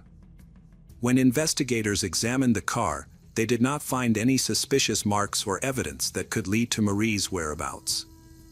The investigators returned to the airport, hoping to find new leads. Their plan was to review the parking lot camera footage, as the airport is required to keep this information on file.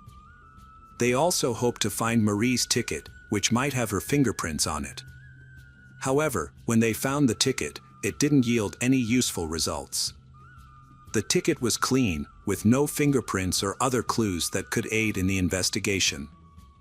A search of Marie's car also turned up nothing, and the parking ticket didn't contain any fingerprints. To make matters worse, the cameras in the parking lot weren't working on the day Marie disappeared.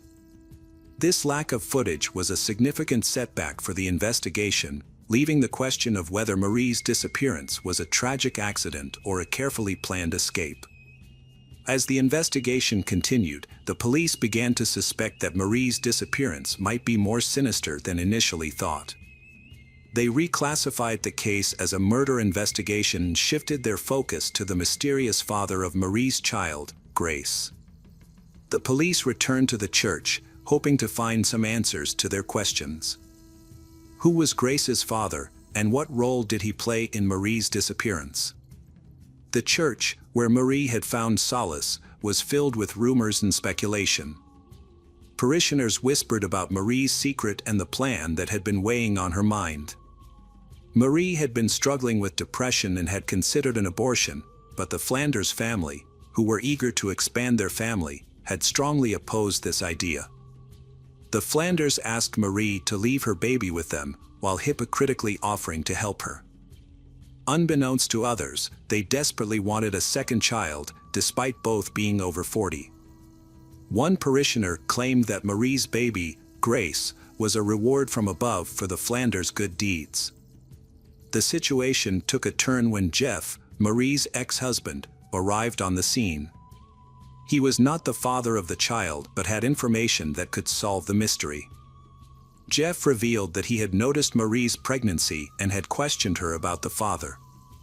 Marie lied, saying she was a surrogate mother for the Flanders. However, the investigation that followed revealed the truth. Police spoke with Tanya's friends, who were also church members, and eventually, the truth came to light. It turned out that the father of the child was James, and the conception was natural. This meant that James's wife, Tanya, had to silently accept the situation. The revelation caught the investigators' attention, and the Flanders were summoned for questioning once again. Tanya was the only one who showed up for questioning. She confirmed the information and added that she was present when the child was conceived. According to her, everything happened with the mutual consent of all parties involved. After Marie disappeared, disturbing details about her relationship with James and Tanya came to light. It turned out that James was intimately involved with both women, which was not just infidelity but a form of polygamy. At one point, they even celebrated the child's birthday together, taking a photo of James, Tanya, and Marie posing as a happy family. However, this photo was meant to mislead, suggesting that the celebration was only for Tanya and that Marie was not involved. But after questioning Tanya's friends, the investigation uncovered new information that revealed the true nature of their relationship. Although Tanya claimed that Marie was initially happy with the arrangement, it became clear that this was no longer the case at some point. Marie's feelings for her daughter Grace were stirred after she was born, and she became hesitant to give her up to Tanya. According to friends, Marie's reservations fueled her jealousy of Tanya, sparking suspicion that Marie might not want to surrender her child to her rival and planned to steal James away from her. These rumors swiftly elevated Tanya to the top of the suspect list. Following Marie's disappearance, all Tanya's problems would essentially dissolve, granting her the opportunity to raise Grace solo and retain her status as James's beloved wife. However, 2 months had passed since Marie vanished, yet no leads emerged. Investigators diligently attempted to unravel the mysteries surrounding Marie's disappearance using available tools, including GPS data. Despite its limitations in 2011, investigators focused on analyzing phone records and message logs to gather more information. The records revealed that Marie had accompanied James to the airport, but Tanya was absent. This development coincided with the unexpected visit of Jason, a young priest who often represented James and ultimately chose to share information with investigators. Jason shared with others a conversation he had unintentionally overheard after Marie vanished. James expressed his distress and concern, stating that he would have to leave the country due to Marie's disappearance, but he couldn't disclose the details. He only mentioned that something terrible had occurred during Marie's severe depression. Prior to her disappearance, James had stayed with Marie at a clinic for a few days, while Jason temporarily took his place. Meanwhile, rumors about polygamy began circulating among the church parishioners, which shocked Jason when he discovered them. Upon James' return from the hospital, Jason decided to discuss the matter with him. Jason asked James about his relationship with Marie. James was honest and admitted to having a romantic relationship with both Marie and his wife. He revealed that he and Marie had a heated argument before her disappearance, which escalated into a physical fight. However, James insisted that Marie was alive and well at the time of her disappearance. Following their conversation, James decided to resign as pastor and soon left the city with his family, including Tanya and Grace, to move to Arizona. Shortly before their departure, Marie's family had contacted the Flanders family to collect some of Marie's belongings. As a result, investigators obtained Marie's phone, which may have contained crucial information. The investigation into Marie's disappearance was initially hindered because most of the data on James' phone had been deleted. However, investigators were able to recover some fragments, including a video of James promoting precious metals. This finding raised suspicions, particularly since the case took place in 2011, when digital evidence was easier to erase and surveillance was less widespread. At that time, DNA detection technologies were still in their infancy, making it seem like criminals could easily escape punishment. However, the field of digital forensics was also advancing, and it was this expertise that ultimately helped crack the case. 3 years after Marie vanished, a new program became available that enabled investigators to recover data from phones and computers. This technology allowed them to access messages between Marie and James, which painted a disturbing picture of their relationship. The recovered messages included explicit images, some of which were taken inside a church. Perhaps most damningly, Marie's emails to James revealed her deep desire to leave Fort Walton Beach, fearing the place was cursed. Her messages hinted at her desperation to escape with her child. A chain of unexpected and dramatic events led to the Flanders family's deepest secrets being exposed.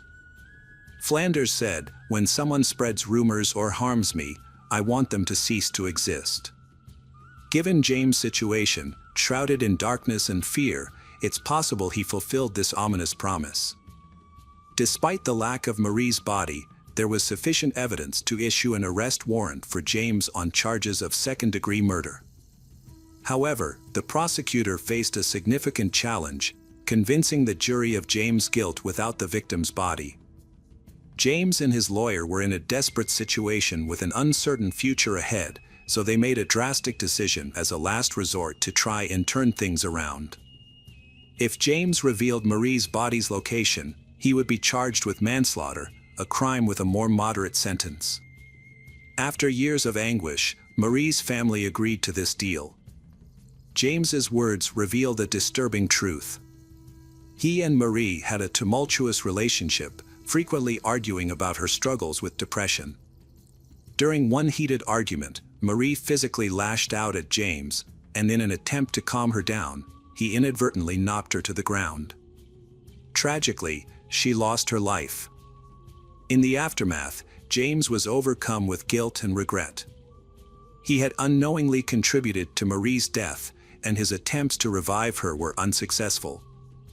The investigators eventually discovered Marie's body in the yard of James's house, buried 5 feet underground and wrapped in a blanket. The discovery was a shock to everyone involved, as they had been searching for her for years. The consequences of James's actions were severe. He was convicted of manslaughter and sentenced to 15 years in prison, with the possibility of parole after 11 years. His wife, Tanya, claimed to have been unaware of James's crime and was deeply shocked by the news of Marie's death.